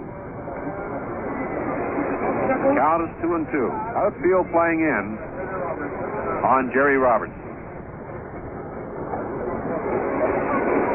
2 balls, 2 strikes, and 2 outs. Here's the 2-2 pitch. In there for call strike 3. And that's the 4th strikeout for Ron Reed this afternoon. For the Expos, no runs on 1 hit, no Atlanta errors, and nobody left on base. The score, after 4 complete innings of play, still 4-1 Atlanta. Well, going into today's activities, in the Eastern Division, some teams pretty well bunched up. After Chicago, we've got Pittsburgh in second by a half game, leading New York. Pittsburgh 6 games out, New York 6.5 out, and St. Louis and Philadelphia 8 games out, and then 2.5 games behind the Cardinals and the Phillies are Expos, 10.5 games out. Over in the Western Division, things spread out a little more, although there's quite a battle for second right now. Atlanta leading 3.5 games to the good of San Francisco, and the Giants have a half game on the Los Angeles Dodgers. Cincinnati, San Diego separated by a game, and Houston Astros 2 games behind San Diego in the cellar in the Western Division of the National League.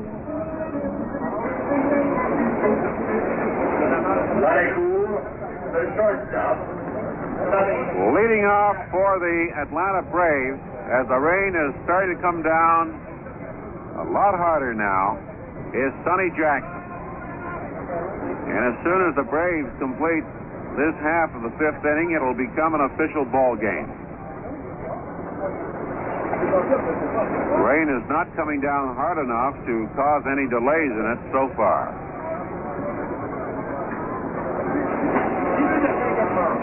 Sonny Jackson. He walked in the first and single in the third. Takes the first pitch for call, strike 1. 0-1 the count. On the left hand hitting Sonny Jackson. Next pitch is inside for ball 1. 1 ball and 1 strike.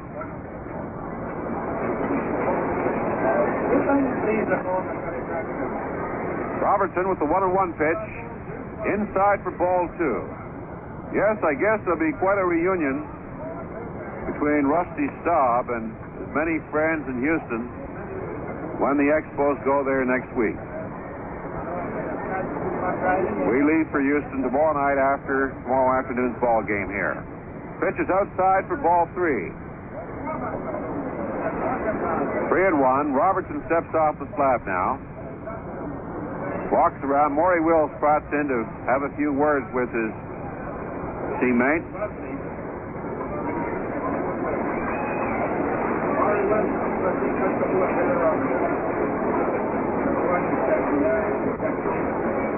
And he's all set to go again. Looks down at John Bateman for a sign. Gets it. And here's the 3-1 pitch. High and inside for ball 4.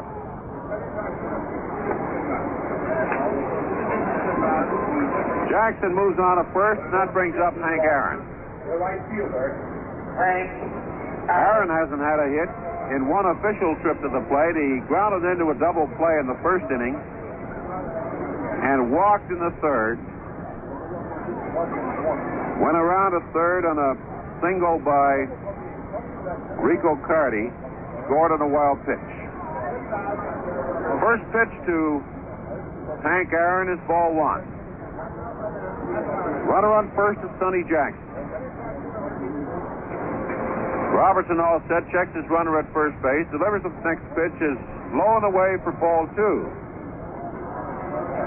2-0 the count. A lot of colorful umbrellas up here at Jarry Park. See several in Expo colors, red, white, and blue. The count is 2-0. And here's the pitch to Aaron. It's a high pop fly in foul territory near the Expo dugout. No one can get to it. It hits an umbrella and bounces at the feet of a fan. And there's a mad scramble for the ball. And for Henry Aaron, it's just a long strike. 2-1 the count. Robertson taking plenty of time up there. And he knows he's got to take plenty of time when pitching to Henry Aaron. Time was called as Maury Wills went into the Expos dugout. Now he's back on the field of play, returning to his shortstop position. Bob Aspromonte in the on-deck circle. Jackson, the runner on first base. The count is 2-1 on Henry Aaron. There goes the runner. Here's the pitch. And Jackson is down to second without drawing a throw. That's his second stolen base. Jackson, no question about that. He stole on the pitcher. He was halfway down. I was just going to say, Russ, Jackson was almost 2/3 of the way down. There's a high pop back of home plate. Bateman going back for it. Back, he's got it. And Aaron is out. Popping out is John Bateman.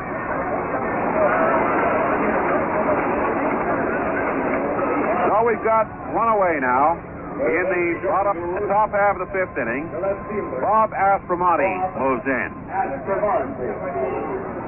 Bob Aspromonte played with the Old Royals back in 1958. Was the Royals shortstop that year. Also played some third base.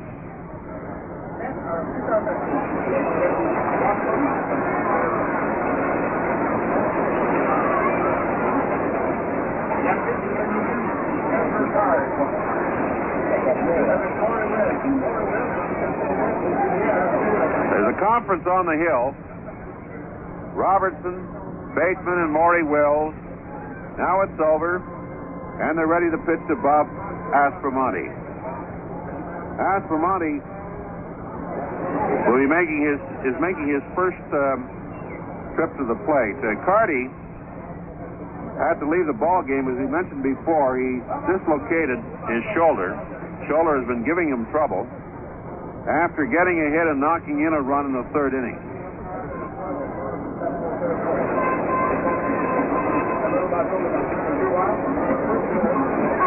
It's about time to run one of our old quizzes. Name the 7 remaining Royals in the Major League. The 1-0 pitch is low and falls at the feet of John Bateman for ball 2. Bob Aspromonte is one of them. Name the 6 others. We'll leave you guessing on that one for a while, and we'll come back with the answer a little later on. 2-0 pitch.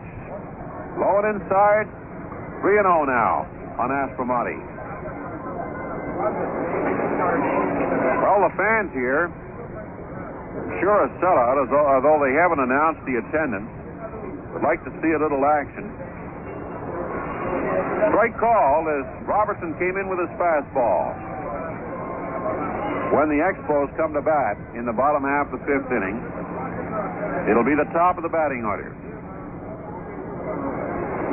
Only one out, though, here in the top of the fifth.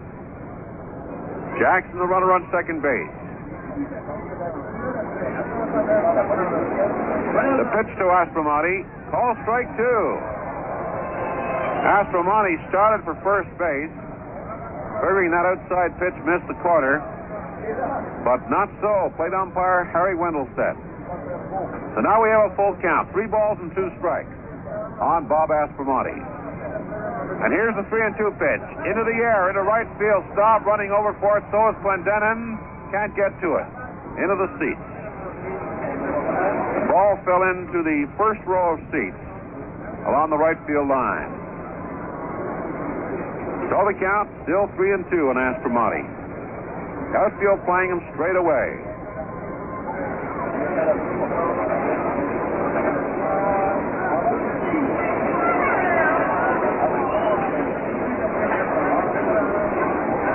Robertson checks his runner at second base. The 3-2 pitch. Lined out into right center field. Could be trouble. Bosch going over for it. He may get to it. He does.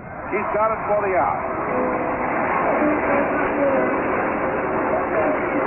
Bosch went after that line shot out into right center field. He seemed to slip on the wet grass, and that looked like trouble for a while, but Don made a good recovery and was well in control of that fly ball by the time he got to it. So we've got 2 out now. Sonny Jackson remains on second base.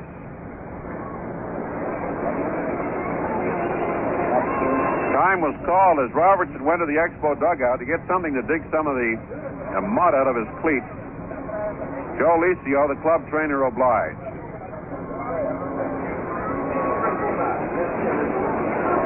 Atlanta leading this ball game by the score of 4-1 in the top half of the fifth inning. He got a run in the first and a wild pitch. 3 runs. A big rally in the 3rd inning. And they pounded out 3 hits.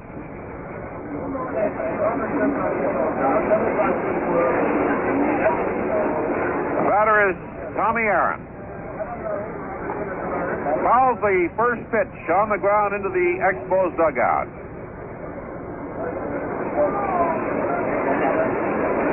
Tommy, like his brother Hank, is a right-hand batter.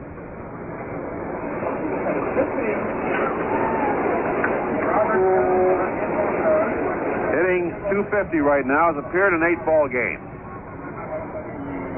The 0-1 pitch. Fly ball in foul territory, right into the seats for strike 2.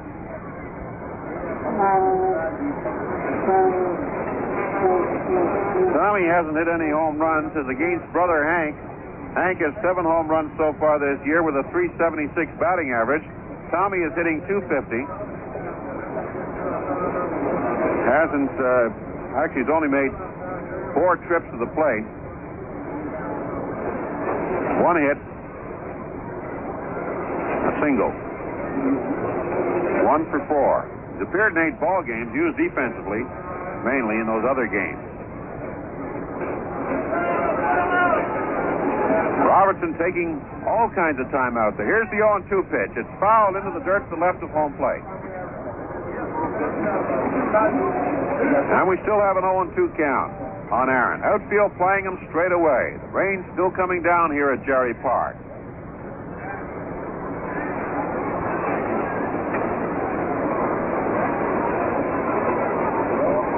Next pitch, swung on and missed. And Tommy Aaron strikes out. And that's the 2nd strikeout for Jerry Robertson. That's it for the Braves, and they're half the 5th. No runs, no hits, no errors, 1 man left on base. Going into the bottom half of the 5th inning, still 4-1 Atlanta. We'd like to remind the Expos fans that TRS has added another convenient location for purchasing Expos baseball tickets. The newest location is in the ground floor of the Dominion Square building in downtown Montreal at 1010 St. Catherine Street West on the corner of Peel and St. Catherine. The counter in the Dominion Square building is open Monday through Saturday, 9 a.m. to 6 p.m. Now, you'll want to be making plans to get your tickets, as we'll be seeing the Los Angeles Dodgers, the San Diego Padres, and the San Francisco Giants on our next homestand, the 27th of May through the 4th of June. That'll be a big, exciting homestand for the Expos before their long road trip to the West Coast. The Dodgers will be here for 3 days, Tuesday, Wednesday, and Thursday, 27th through the 29th. San Diego in for the weekend, 30th and 31st, and the 1st. And then on June 2nd, 3rd, and 4th, the San Francisco Giants. So make arrangements now for your tickets for those series. The center fielder. Well, in case you just joined us, this is Dave Van Horn along with Russ Taylor. 4-1 Atlanta. We go to the bottom of the 5th. Once again, here's Russ. Don Bosch, the top of the batting order. A single and a strikeout. Takes the first pitch for call strike 1. Bosch to be followed by Maury Wills and Rusty Staub. Ron Reed still on the hill. Change up in there. As Bosch wasn't going for it. But the count becomes 0-2.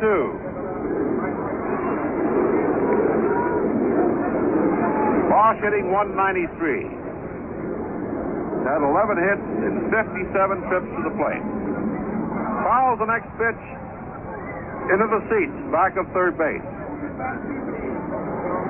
And the count remains 0-2 on Don Bosch. Left fielder Bob Aspromonte is playing Bosch very shallow. Likewise, Mike Lum in center. The pitch. Ball 1 rather. 1-2 the count. That pitch almost got away from Ron Reed, the pitcher. Throwing a lot of change-ups in this afternoon's ball game, keeping the Expos off balance. Here's the 1-2 pitch. It's low. Bosch was going for it and held up. The count is 2-2. Rain continues to fall here, and it's a shame. A lot of people are having to move for cover. Some leaving because of the rain here, but a lot of umbrellas. A lot of people came prepared, staying. Ball 3. Inside to Bosch. The count is 3-2.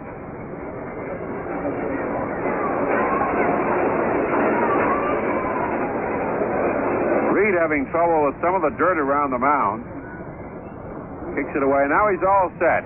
Here's the 3-2 pitch. Inside, and Bosch is on with a walk.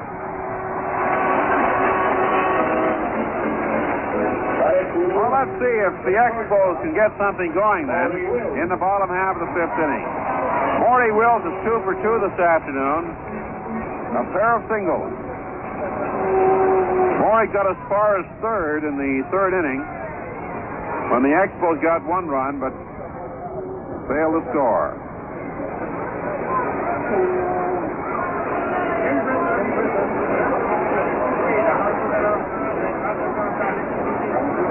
First pitch to Morey. He fakes the bunt. It's outside. Ball 1. Morey hitting 175. Starting off, so he's gone up several percentage points with his 2 for 2 performance so far. Ball 2 outside. Jim Britton starts to warm up for the Braves in their bullpen. Bob Tillman, the catcher, runs out to the mound for a few words with his pitcher. Conference ended. Now Tillman's back behind the plate. 2-0. The runner on first base is Don Bosch. Rusty Staub not in the on-deck circle. Rusty in the dugout to get away from the rain. Call strike 1 on Wells. As Reed went to that outside corner with his fastball. Count is 2-1. 2 balls and 1 strike on Wells. Next pitch, swung on, fouled, over the screen, down to our left. 4 strike 2.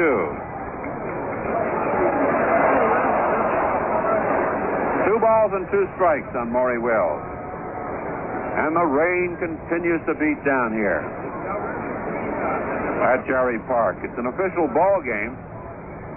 So the Expos know they've got... it's not an official ball game until the Expos finish their half of the 5th inning.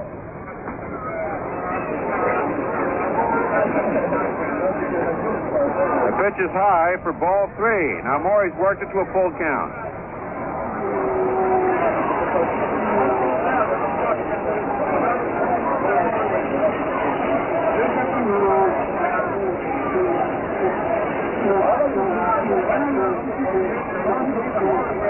Three and 2 count. Way outside, and Wills is on with a walk.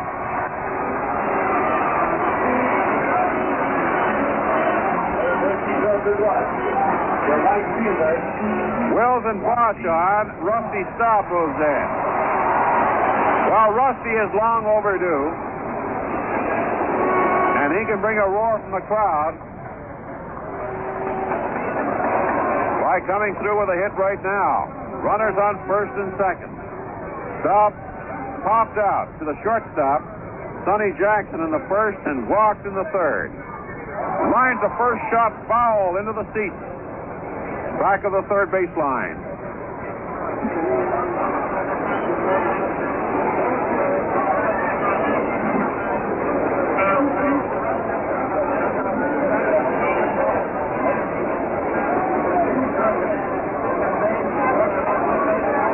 On Rusty Staub.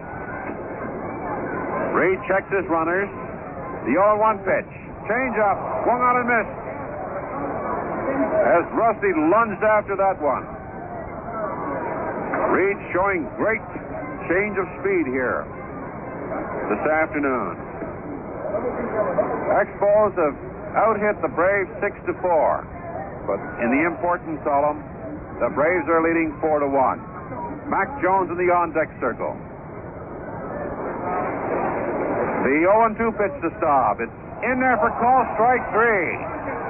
Well, Reed crossed him up. Rusty probably was looking for that wasted pitch. And Reed came right in and just nicked that inside corner. Jones. Well, it's not very often when you'll see a good hitter like Rusty Staub get caught looking at a third strike. That happened right there. So we've got one out, and Jones the batter. The pitch. It's outside to Mack for ball one. Reed moving the ball around well in this game this afternoon. He knows with guys like Staub and Jones, Clendenin and LeBoy, he's got to move it around. The 1-0 pitch. Foul into the dirt as Mack took a vicious swing at that one. 1 ball, 1 strike, 1 out, 2 runners on in the bottom half of the 5th inning. Jones hit into a fielder's choice in the first and singled in a run in the 3rd inning with a blooper to left field. Mack, the Expos leading hitter, batting .365 going into today's game. Here's the 1-1 pitch. Mack lets it go for ball 2. It bounced away from Bob Tillman, the Braves catcher. Bosch took a long lead off second base, but returned when Felix Millan and Sonny Jackson headed for the bag. So Reed again taking just loads of time out there. Digs his spot on the slab, rearranging the dirt. Now he looks down at Bob Tillman. Gets a sign. The 2-1 pitch. Inside for ball 3. 3-1.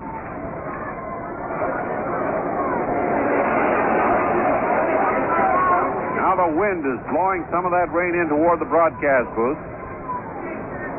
But the Hardy fans are staying with it. The 3-1 pitch. Line shot by Jones in the left field. Will go for extra bases. 1 run will score. Morty Wills Brown third is coming in. He'll score. Mac Jones is into second with a double.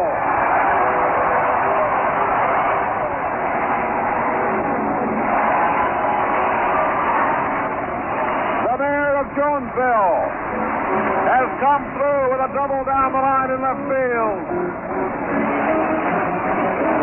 And they're whooping it up in the left field bleachers and all over the ballpark. The Expos are back in the ball game, trailing by 1 run. All 3 runs driven in by Mac Jones. There's still only 1 out with Mac in scoring position. And Don Clendenin steps in. Clendenin is long overdue. Don is 0 for 2. Struck out twice.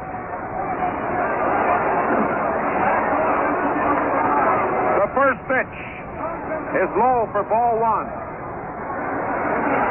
Now the crowd comes alive here at Jarry Park as the Expos score a pair of runs. Mac Jones, the tying run on second base.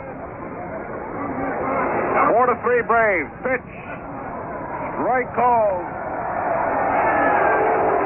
Clendenin went for it, held up, but the plate umpire, Harry Wendelstedt, signaled strike one. Hi, kids. Bonjour, les enfants. It sure is quiet. C'est tranquille, says the scoreboard. And the kids reply by pounding their bats. And here's the pitch. Swung out of it for strike 2.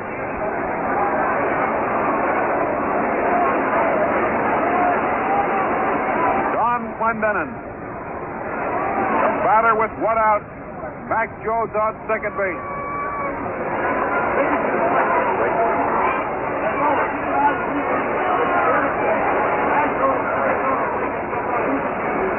One and 2 pitches inside. Here is a progress report on the flight of Apollo 10. The rocket engine has been fired to send Apollo 10 on its way to the moon. The 5-minute and 23-second firing will take Apollo out of that's Earth's gravitational pull and send it along a course to the moon. Stay tuned to WHRL News for further details. We return to Expo Baseball. A wide breaking pitch that Clendenin got a piece of and fouled it back of first base. Stand by for news.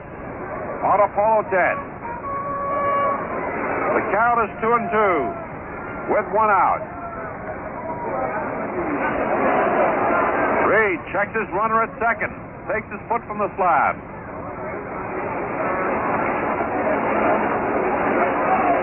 Now he's back onto the game. The 2-2 pitch. High and inside for ball 3. Now here's a big pitch coming up. 3-2, the tying run on second base. We're in the bottom half of the 5th inning. Atlanta leading this ball game 4-3 as the Expos have scored 2 runs on a double by Mac Jones down the left field line.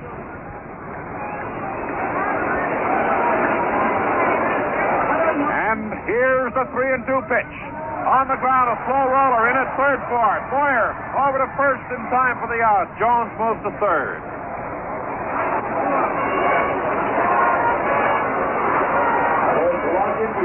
That brings up Jose Coco LeBoy.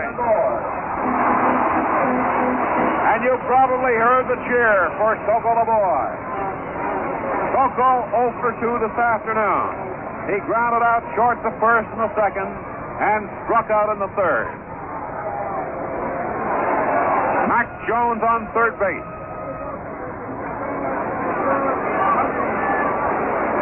Four to 3 for the Braves over the Expos in the bottom of the 5th. Reed set.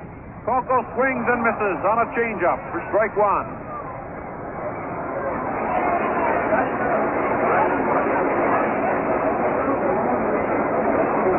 Dave pointed out, Ron Reed throws all kinds of junk out there, and we're seeing all of it today. Another slow curve is fouled right into the Expo dugout, and the count is 0-2 on Coco LeBoy.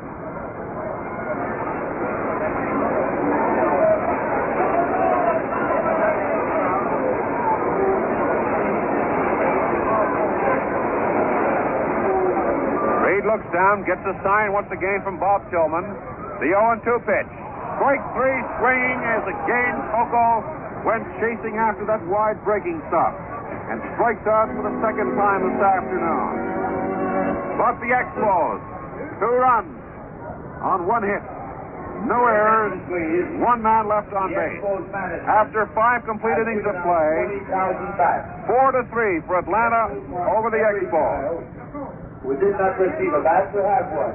All children. Well, right now we'll take a look at some of the other scores who have not received a bat in the National League. It's San Francisco 4, Philadelphia 5. After 5.5 innings at Philadelphia, 5-4, Phillies lead the Giants. None of the other games underway. New York to Cincinnati, some rain problems there. Over in the American League, the Chicago game, Washington and Chicago, is being held up because of rain. In the 3rd inning, there's no score in the game. Seattle leads Boston 4-0 after 3.5 at Fenway Park. Detroit 2, Minnesota 0 after 2.5 at Minnesota. Baltimore at Kansas City scoreless after 3.5 innings. A final is in. New York beat California 3-1. Stottlemyre the winner, Messerschmitt the loser. Yankees 3 runs, 5 hits, no errors. California 1 run, 8 hits, 1 error. 3-1, New York over California in the first game of a twin bill.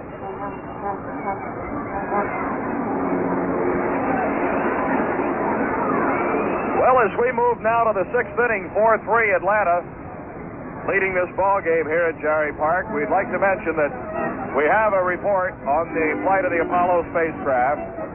2 hours, 24 minutes after liftoff, while in their second orbit of the Earth, the crew reignited their S-4B rocket engine for translunar injection. They were traveling at 17,000 miles an hour at the time. This new boost now should take them up to 24,000 miles an hour and take them out of the Earth's gravity. They're on their way out and on their way to the moon right now.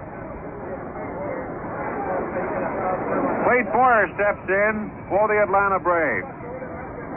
Boyer had his great years with the New York Yankees. Takes the first pitch for strike 1 from Jerry Robertson.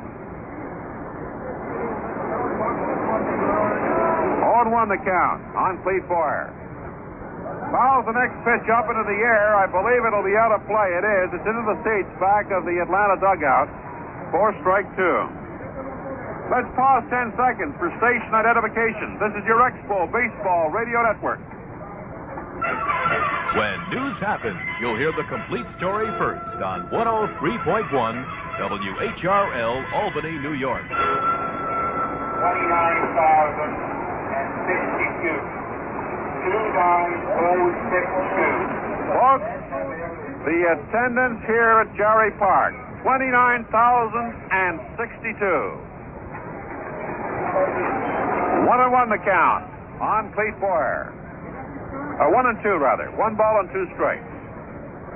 29,062. The 1-2 pitch is high for ball 2. And a lot of you, of course, are driving home right now.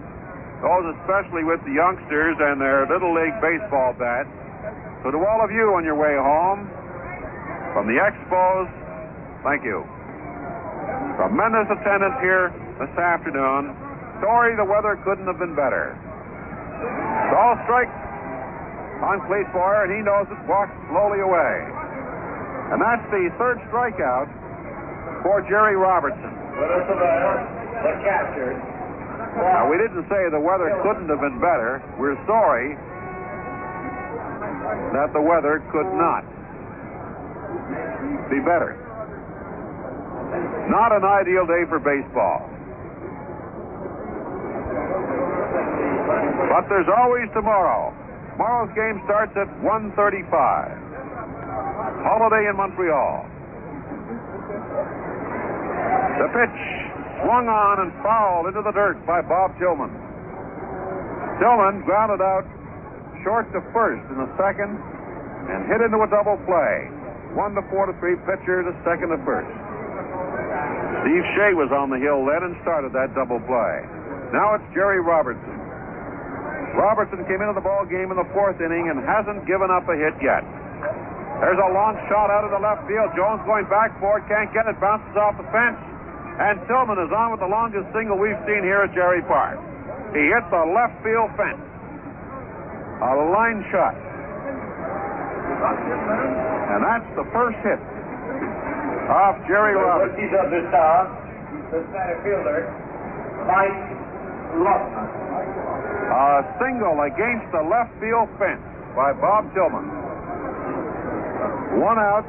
Mike Lum, the batter. Lum grounded out short to first, and rather slide out. Opening day, 29,184.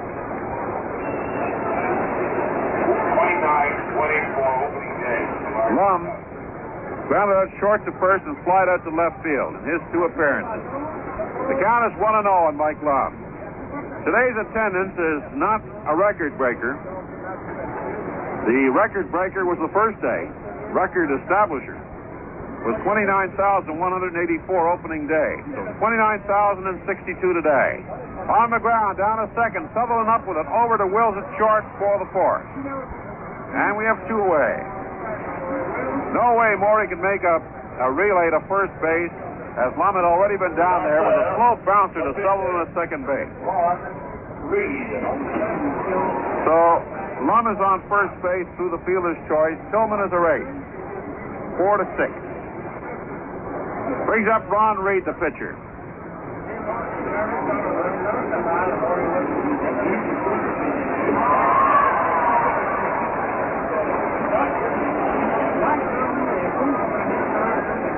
The pitch to Reed.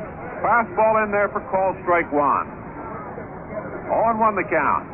4-3 for Atlanta over the Expos in the top half of the 6th inning. Next pitch, outside, just misses that outside corner. Reed was going for it and decided to hold back. And the count is 1-1. Reed was safe on an error in the 2nd inning and struck out in the 4th. Robertson's first strikeout victim. Big Jarry has struck out 3 batters. Strike 2.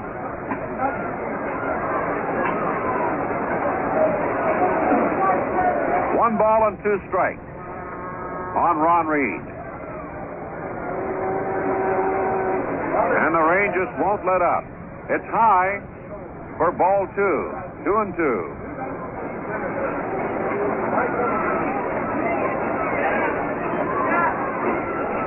Robertson rearranges the earth around the slab. Now he looks down to battery mate John Bateman for a sign. Here's the 2-2 pitch, and it's fouled into the seats to the right of us, and the count remains 2-2.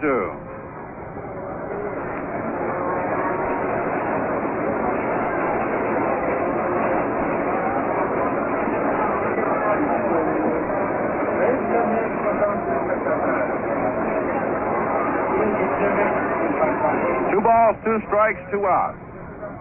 Here's the pitch. Outside for ball three. Now Robertson knows he's got to groove it on Ron Reed. Because past Reed, we go to the top of the batting order, Felix Bian. There are two outs in the top of the sixth. Mike Lum, the runner on first base. The pitch is foul, an outside pitch, into the seats, along the line, the first base line. And it's still a 3-2 count.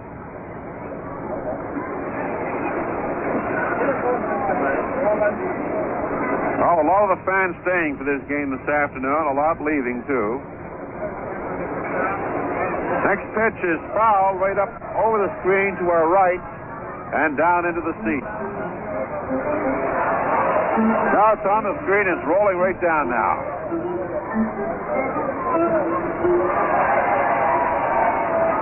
And it gets a roll from the organist, Fernando Point, here at Jarry Park. Very popular fellow. Keeps the fans well entertained. Fouls the next pitch. Back against the screen, and it's still a 3-2 count. As Ron Reed is making Jerry Robertson work.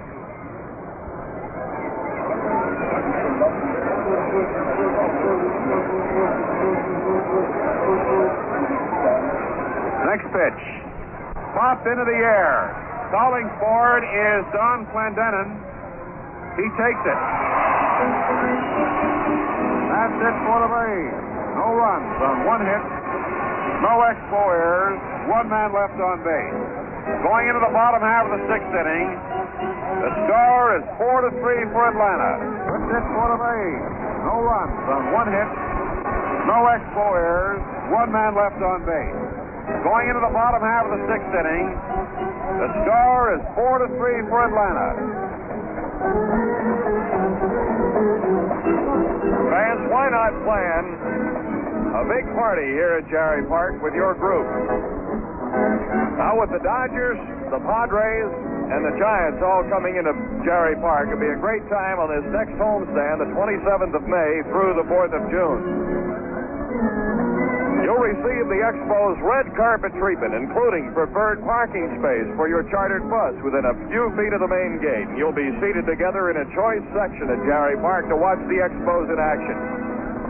You'll enjoy the merriest sit-in ever. The Expos against the exciting teams of the National League.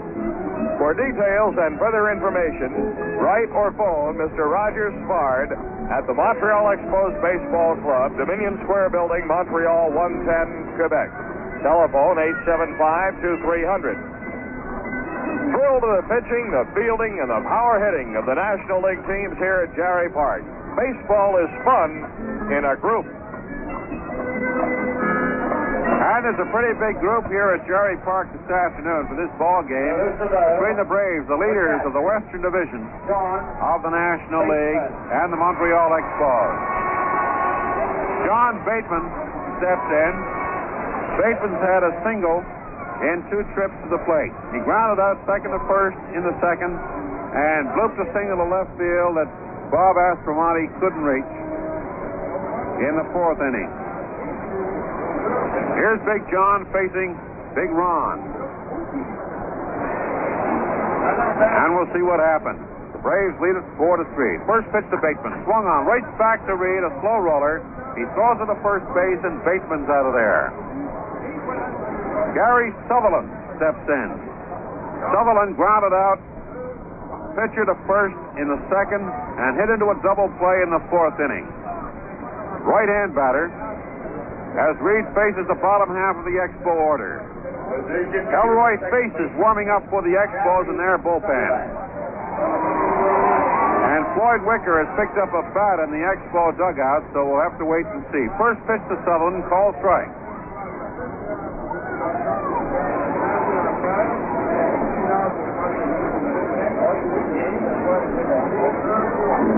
0-1 the count on Sutherland. Next pitch. Into the air in center field. Lum coming in for it. Jackson going out after it. Lum calls for it. Takes it for the out. Sutherland flies out to Mike Lum in center field. Floyd Wicker will pinch hit for Jerry Robertson. Hasn't been announced yet, but he's there in the on-deck circle swinging away. Which means we'll probably see Elroy Face, the only Expo warming up at the moment. Your attention, please. Number 36, Floyd Wicker. Robertson. Well, Robertson has pitched well in this ball game, giving up only one hit. Pitched well and released. Floyd Wicker, used almost exclusively as a pinch hitter. Hitting .267. Left-hand batter. The first pitch to Wicker. Misses for ball one. Well, Wicker had a big pinch hit against these Braves in Atlanta, winning the first game of that two-game series in Atlanta. 1-0 pitch, swung on and missed for strike one.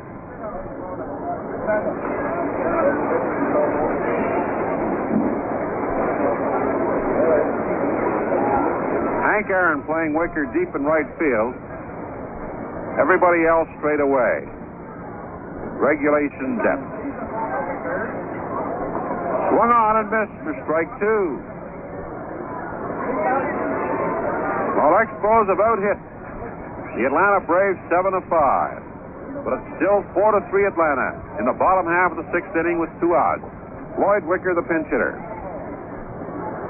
Bosch waiting in the on-deck circle. Next pitch is in there for call strike 3. Wicker becomes strikeout victim number 7 for Ron Reed. And that's it for the Expos. No runs, no hits, no errors. Nobody left on base. After 6 complete innings of play, it's still 4-3 Atlanta.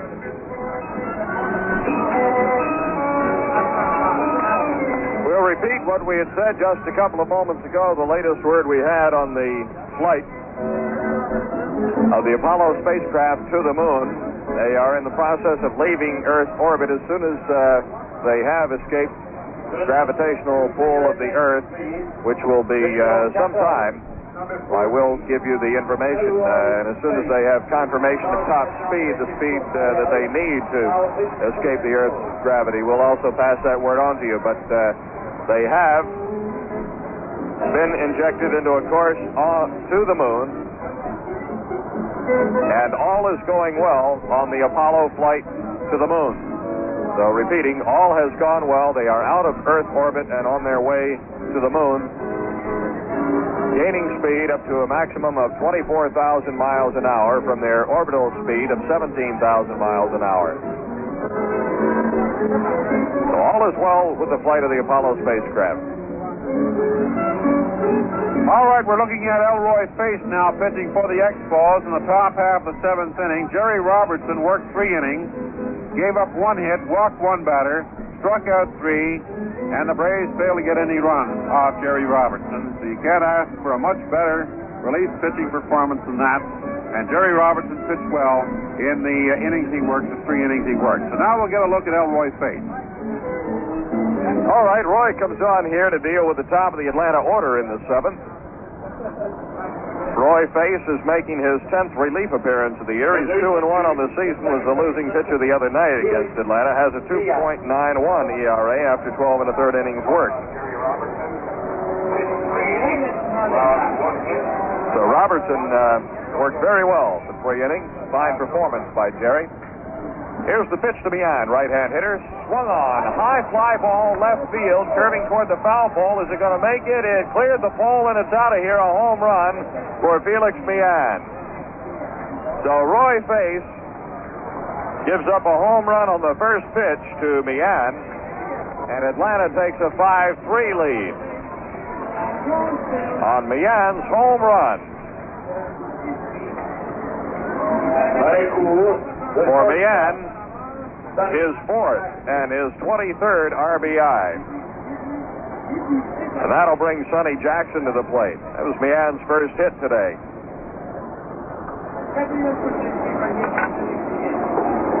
Here's Sonny Jackson, a left-hand hitter, who is 1 for 1 with a couple of walks.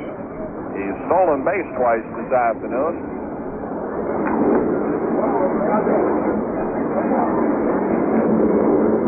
Base delivers. It's down low. Ball 2. Took the first one high and inside for a ball. The count is 2 balls, no strikes. On deck, Hank Aaron. 5-3 now, Atlanta. Top of the 7th, the pitch from Face to Jackson is swung on. A ground ball right side. Clendenin right at the bag, scoops it up, steps on the bag, and that's all for Jackson. One away. The batter will be Hammer and Hank Aaron. Grounded into a double play in the first. He walked in the third, went around to third base on a hit by Carty, and then scored on a wild pitch by the Expos starter, Mike Wegener. He fouled out the Bateman in the 5th. Atlanta scored 3 runs in the 3rd on 3 hits, a walk, a wild pitch. The chased starter, Mike Wegener, and Steve Shea came on to get out of the inning. High fly ball, left side. Is this going to be fair or foul? Right down the line, and it is foul by a couple of feet into the bleachers. Just missed the pole. And Aaron really hit that one up in the air. And it goes for strike 1.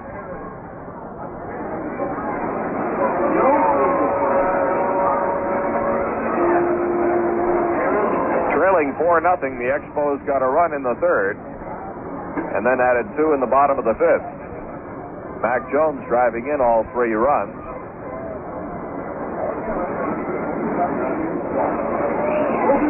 Here's the 0-1 to Aaron, swung on, and this one is gone. A home run for Hank Aaron, left field, about halfway up the bleachers. A good 420, 425 feet away. So Hank Aaron hits a home run off Roy Face. Second one in the inning, his 518th. That's just 3 behind Ted Williams. And his 8th of the season. Second hit off base. Makes it 6-3. And the 7th hit here for Atlanta is Aaron's home run. He is now in 6th place on that all-time home run list with 518 now, 3 behind Williams. The batter is Bob Aspromonte, fly to center in the 5th inning. Takes a swing and a miss. At a Roy Face forkball, strike 1. 1 out, nobody on.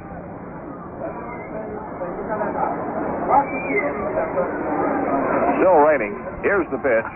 Swung on and a ground ball to the left side. LeBoy charging up with it. Throw to first is in time. 2 away. That'll bring Hank's brother Tommy to the plate. He's 0 for 1. Came in for Francona. Francona suffered a dislocated thumb and was taken out of the game after he'd gone 2 for 2 at the plate. Aaron struck out in the 5th. Robertson fanned him, a right-hand hitter. Tommy Aaron batting .250 coming into this one. 2 outs, nobody on. Atlanta 6, Montreal 3. Roy Face, the windup and the pitch. Foul, left side into the dugout. 0-1.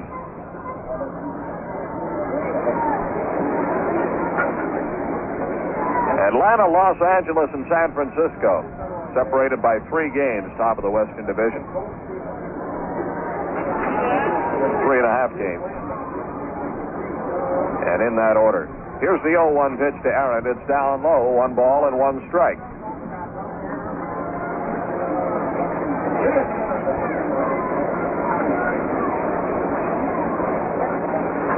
In 1967, Tommy Aaron was voted the International League's most valuable player.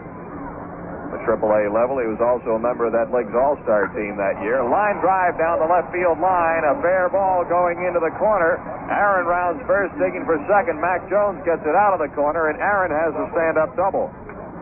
Third hit off base, a double down the left field line by Tommy Aaron. 8 hits for Atlanta here, 3 off base, 2 out. Tommy Aaron at second base, and Clete Boyer, the batter. He's been retired 3 times this afternoon. Popped up to Sutherland, flied to Bosch, and was called out on strikes in the 6th. Right-hand hitter.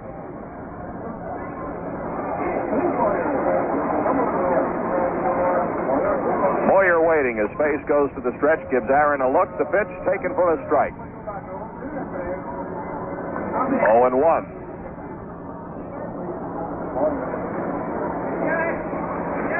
The fans with rain gear or umbrellas have stayed, and a lot of other brave souls here through the weather to watch this ball game. Curveball is a high fly ball left field. Mac Jones going back near the track. He's up against the fence, and he can't get it. It's out of here. A home run for Clete Boyer with Tommy Aaron aboard. So Face has given up 3 home runs here in the 7th.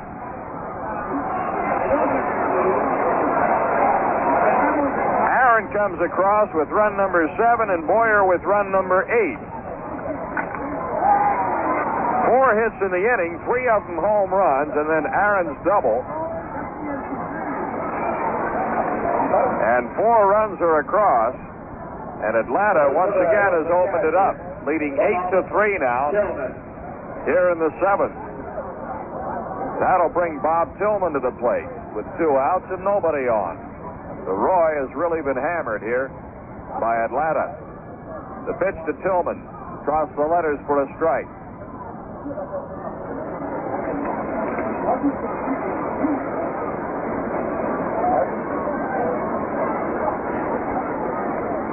Face has given up 4 home runs now this year, 3 in this inning. Swing and a pop-up, first base side, foul territory. Clendenin coming in, he can't get to it.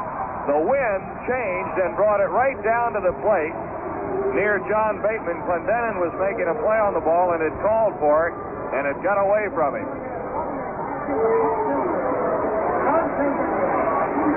He never touched the ball. It dropped about 10 feet up the first base line. Clendenin had come over into foul territory, started to wait around the vicinity of the coaching box, and then the ball just slanted away from him, came back toward the plate, and Clendenin could not get to it. 0-2 to Tillman. Grounded out, hit into a double play, got a hit in the 6th. 1 for 3. Face for the windup and the 0-2 pitch to Tillman. Low and outside. 1 ball, 2 strikes. The rain has not been a hard downpour. It's just been a steady drizzle here.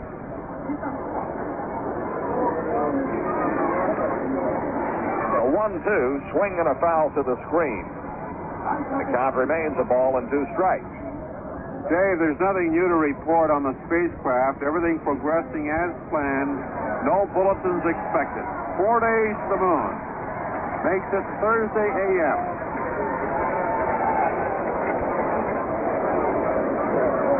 Here's the 1-2 from Face to Tillman. Low and away. Count evens up at 2 balls and 2 strikes.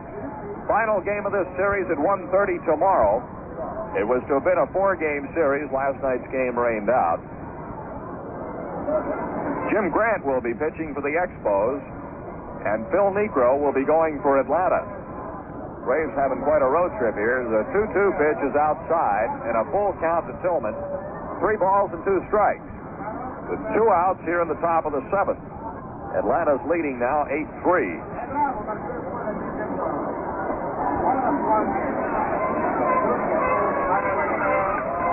Here's a swing and a pop-up that's foul back of the plate, coming back just to the right of our booth, and Russ couldn't get to the fish net in time. Well, you had one, almost, but close doesn't count. 3-2 the count on Tillman.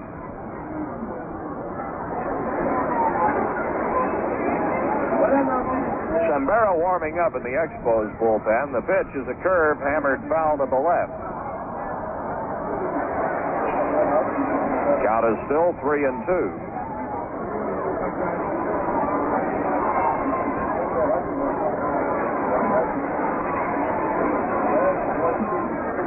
Well, Roy ran into all kinds of problems here in the seventh. Started out with the top of the order. Meehan got a leadoff home run. He retired Jackson, gave up a home run to Hank Aaron. Here's the pitch to Tillman, swung on and fouled into the screen. With 2 outs, Aaron doubled down the left field corner. And then Boyer hit a 2-run homer.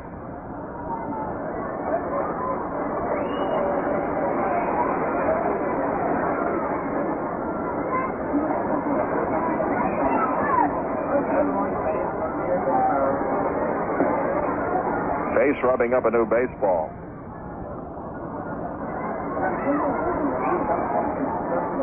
Two of Atlanta's 8 runs scored on wild pitches. Their first run came in on a wild pitch. That was Meehan back in the first inning. That run was unearned. Swing and a foul back to the right.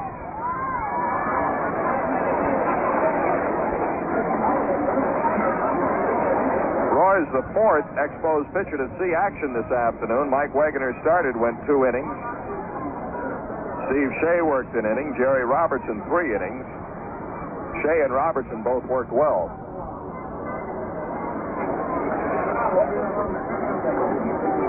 3-2 on Bob Tillman with 2 outs and nobody on the pitch. Cut on and a hard hit ball center field high into the air. Bosch has time to get to left center under it. He makes the catch and the inning comes to an end after 7 men come to the plate.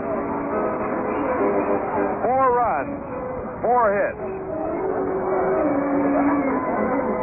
No errors. Nobody left.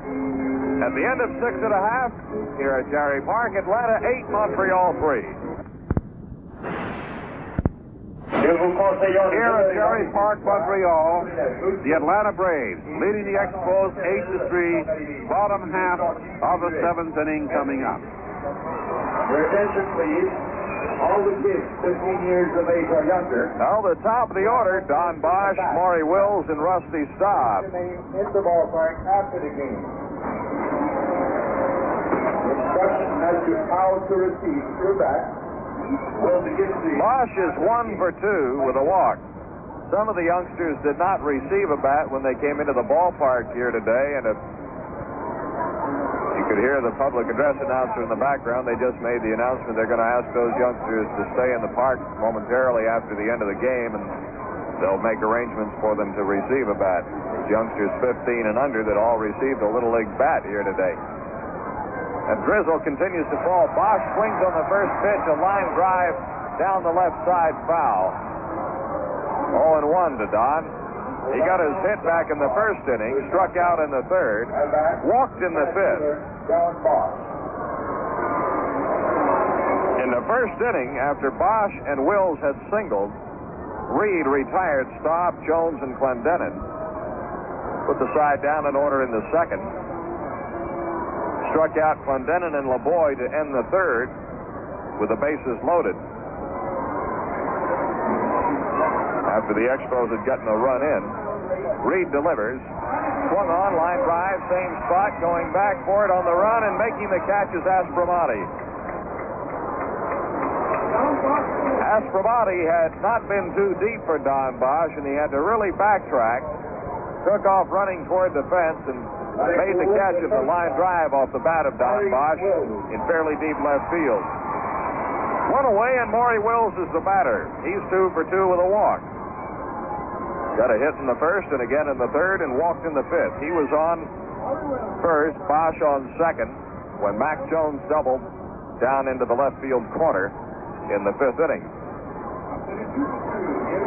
That was with 1 out. The Expos had the tying run. Wills line drive, left field coming in. Aspromati, he's got it. 2 away. With only 1 out, the Expos had the potential tying run at second base. Mac Jones was there, and Reed retired, Clendenin, and LeBoy. Rusty Staub steps in. We'll take 10 seconds for station identification.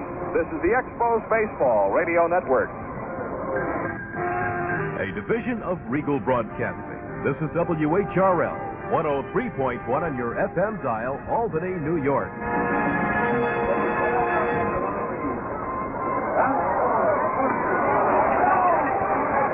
The first pitch to Rusty Staub is a foul back onto the netting. Strike 1 to Rusty.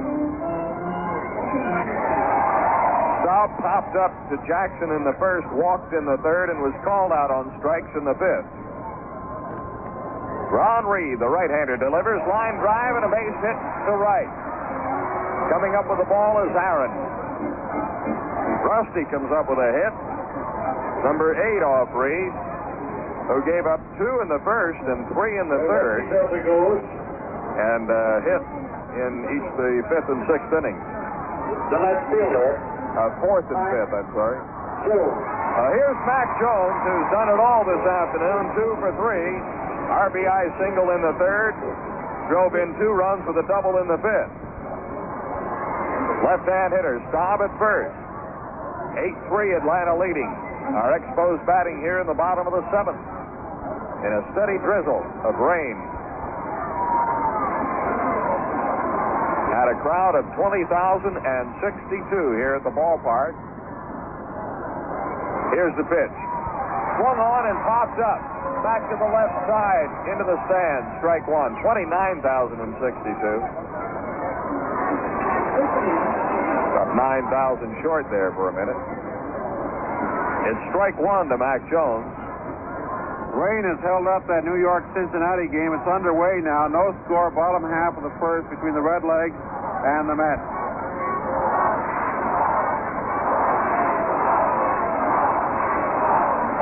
The count on Mac Jones with Staub, the runner at first. The pitch, cut on, and bounced foul behind first base. San Francisco's playing at Philadelphia. The Giants just came up with 4 runs in the 7th, and they lead Philadelphia 8-5 after 6.5. Chicago leads Houston 2-0 after 2.5 at the Astrodome. Later on, St. Louis at San Diego and Pittsburgh at Los Angeles. They should be getting underway right about now out on the West Coast. No balls and 2 strikes. Mac Jones at the plate, left-hand hitter. Reed getting ready. The pitch. Fastball for strike 3 called. Mac is called out on strike. That is strikeout number 8 for Reed. No runs, 1 hit, no errors, and 1 left. And at the end of 7 here at the ballpark, it's Atlanta 8, Montreal 3. The Expos have taken to the field, and we'll go ahead into the 8th inning here. They'll try to get this one completed. Carl Sembera is coming on now to pitch against Atlanta. Roy Faze worked 1 inning. Gave up 4 runs on 4 hits, 3 home runs. 1 to Meehan, 1 to Aaron, Hank, and 1 to Boyer.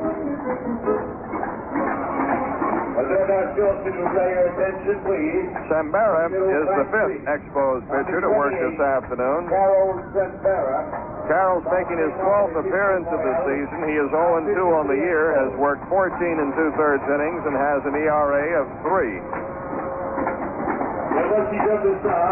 Sembera making his 2nd appearance against Atlanta. He was the losing pitcher.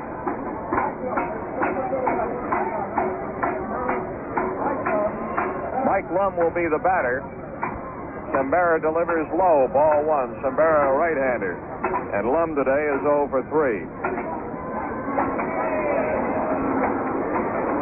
Sembera was the losing pitcher in the Atlanta 5-3 victory over the Expos at Atlanta. Necro was the winner. Ground ball to the shortstop Wills, who throws over to Clendenin to get Mike Lum. one away. The batter will be the pitcher, Ron Reed.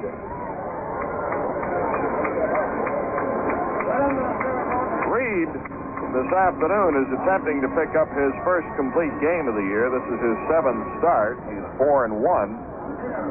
Trying to go all the way, and he's been handed an 8-3 lead here. We're in the 8th. 1 out, nobody on. Reed at the plate. Got on an error on the boy in the 2nd. Struck out in the 4th against Robertson. And Robertson got him to pop up to Clendenin in the 6th. Carl Sembera ready to deal with Ron Reed. Here's the pitch. Swing and a foul into the dirt at the plate. 0-1.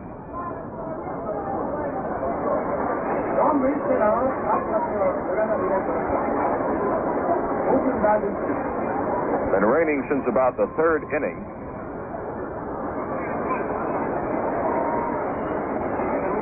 Here's the 0-1 pitch. Check swing. It's low and outside. 1 ball and 1 strike.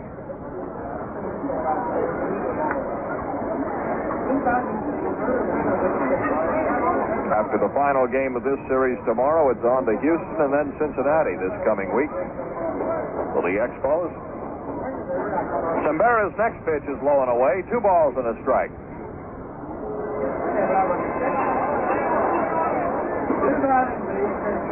Coming a little harder now, and the umpires have called timeout with the count 2-1 on Ron Reed. So they are asking for the crew to come out and cover the field. Time has been called here because of the rain. So the time has been called here at 4:05. Now, unless the rain stops soon and we get this one underway quickly, the umpires will wait at least 50 minutes before terminating this game and calling it official. So the tarpaulins are being rolled out, be placed on the field, and get it covered up as quickly as they can. And it's raining quite hard, the hardest rain that we've had this afternoon. Coming here in the 8th with 1 out, and Ron Reed at the plate with a 2-1 count, and Atlanta leading 8-3. 7th inning, and really started coming down hard in the bottom of the 7th, and then in the top of the 8th with Atlanta batting with 1 out, and the pitcher Ron Reed at the plate. The umpires cleared the field, and now the game has been called. So the official score, the game is official, and the line score goes like this. For Atlanta, 8 runs, 9 hits, and 1 error. They left 5 men on base. For Montreal, 3 runs on 8 hits. They committed 2 errors, and 9 were left on base.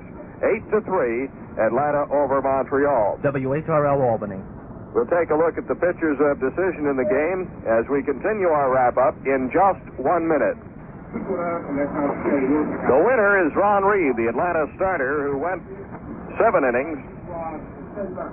He gave up 3 runs, all earned, on a total of 8 hits. He walked only 3 and struck out 8. Ron Reed, the winning pitcher, now 5-1 on the year. The losing pitcher was the Expos starter, Mike Wegener, who is now 1-2 for the year. Steve Shea worked 1 inning when Wegener was chased in the 3rd. After giving up 3 runs on 3 hits, Shea came on to get out of the inning.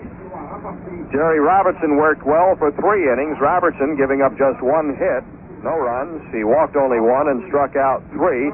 Roy Face came on in the 7th and got hit very hard. Meehan with a home run, Hank Aaron with a home run, and Clete Boyer with a 2-run homer. Boyer getting his home run after Tommy Aaron had doubled to left.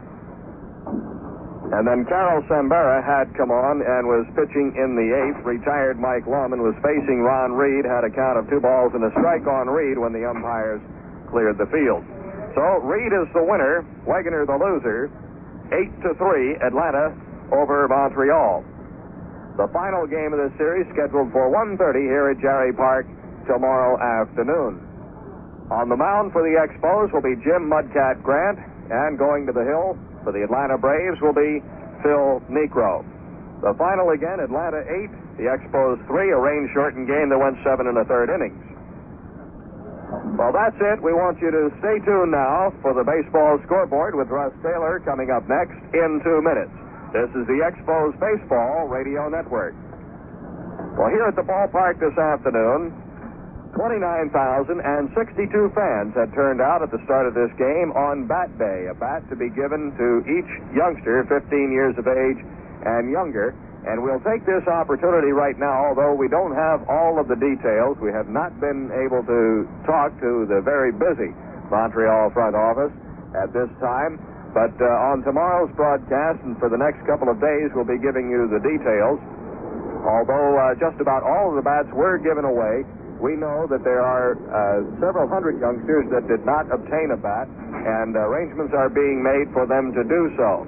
And we apologize for the inconvenience, and we will make arrangements for the youngsters who were here today to receive their official Little League bat. And we'll have more details on that on our next Expos broadcast.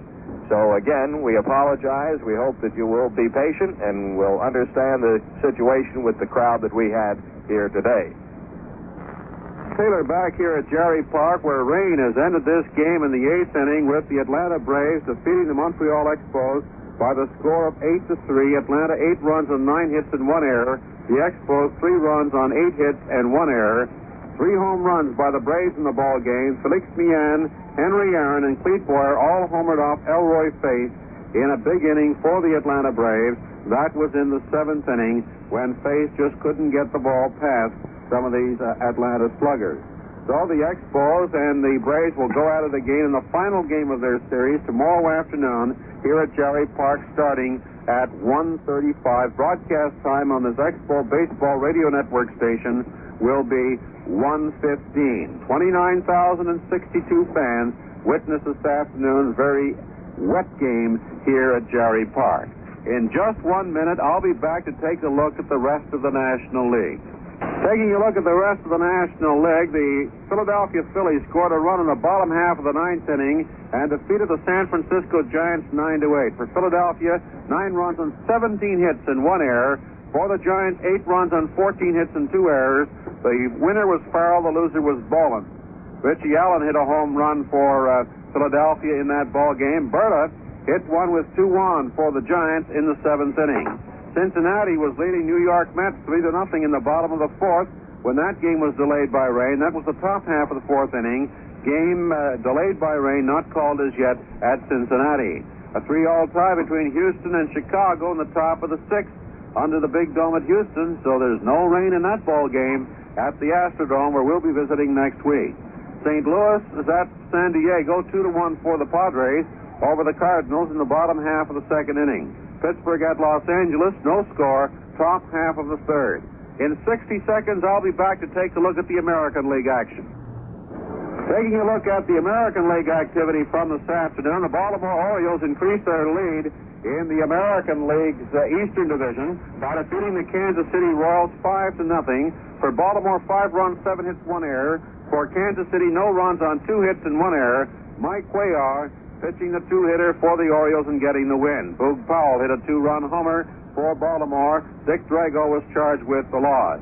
Detroit at Minnesota, 6-2 for the Tigers over the Twins in the bottom half of the 6th inning at Bloomington, Minnesota. Lolich is pitching for Detroit.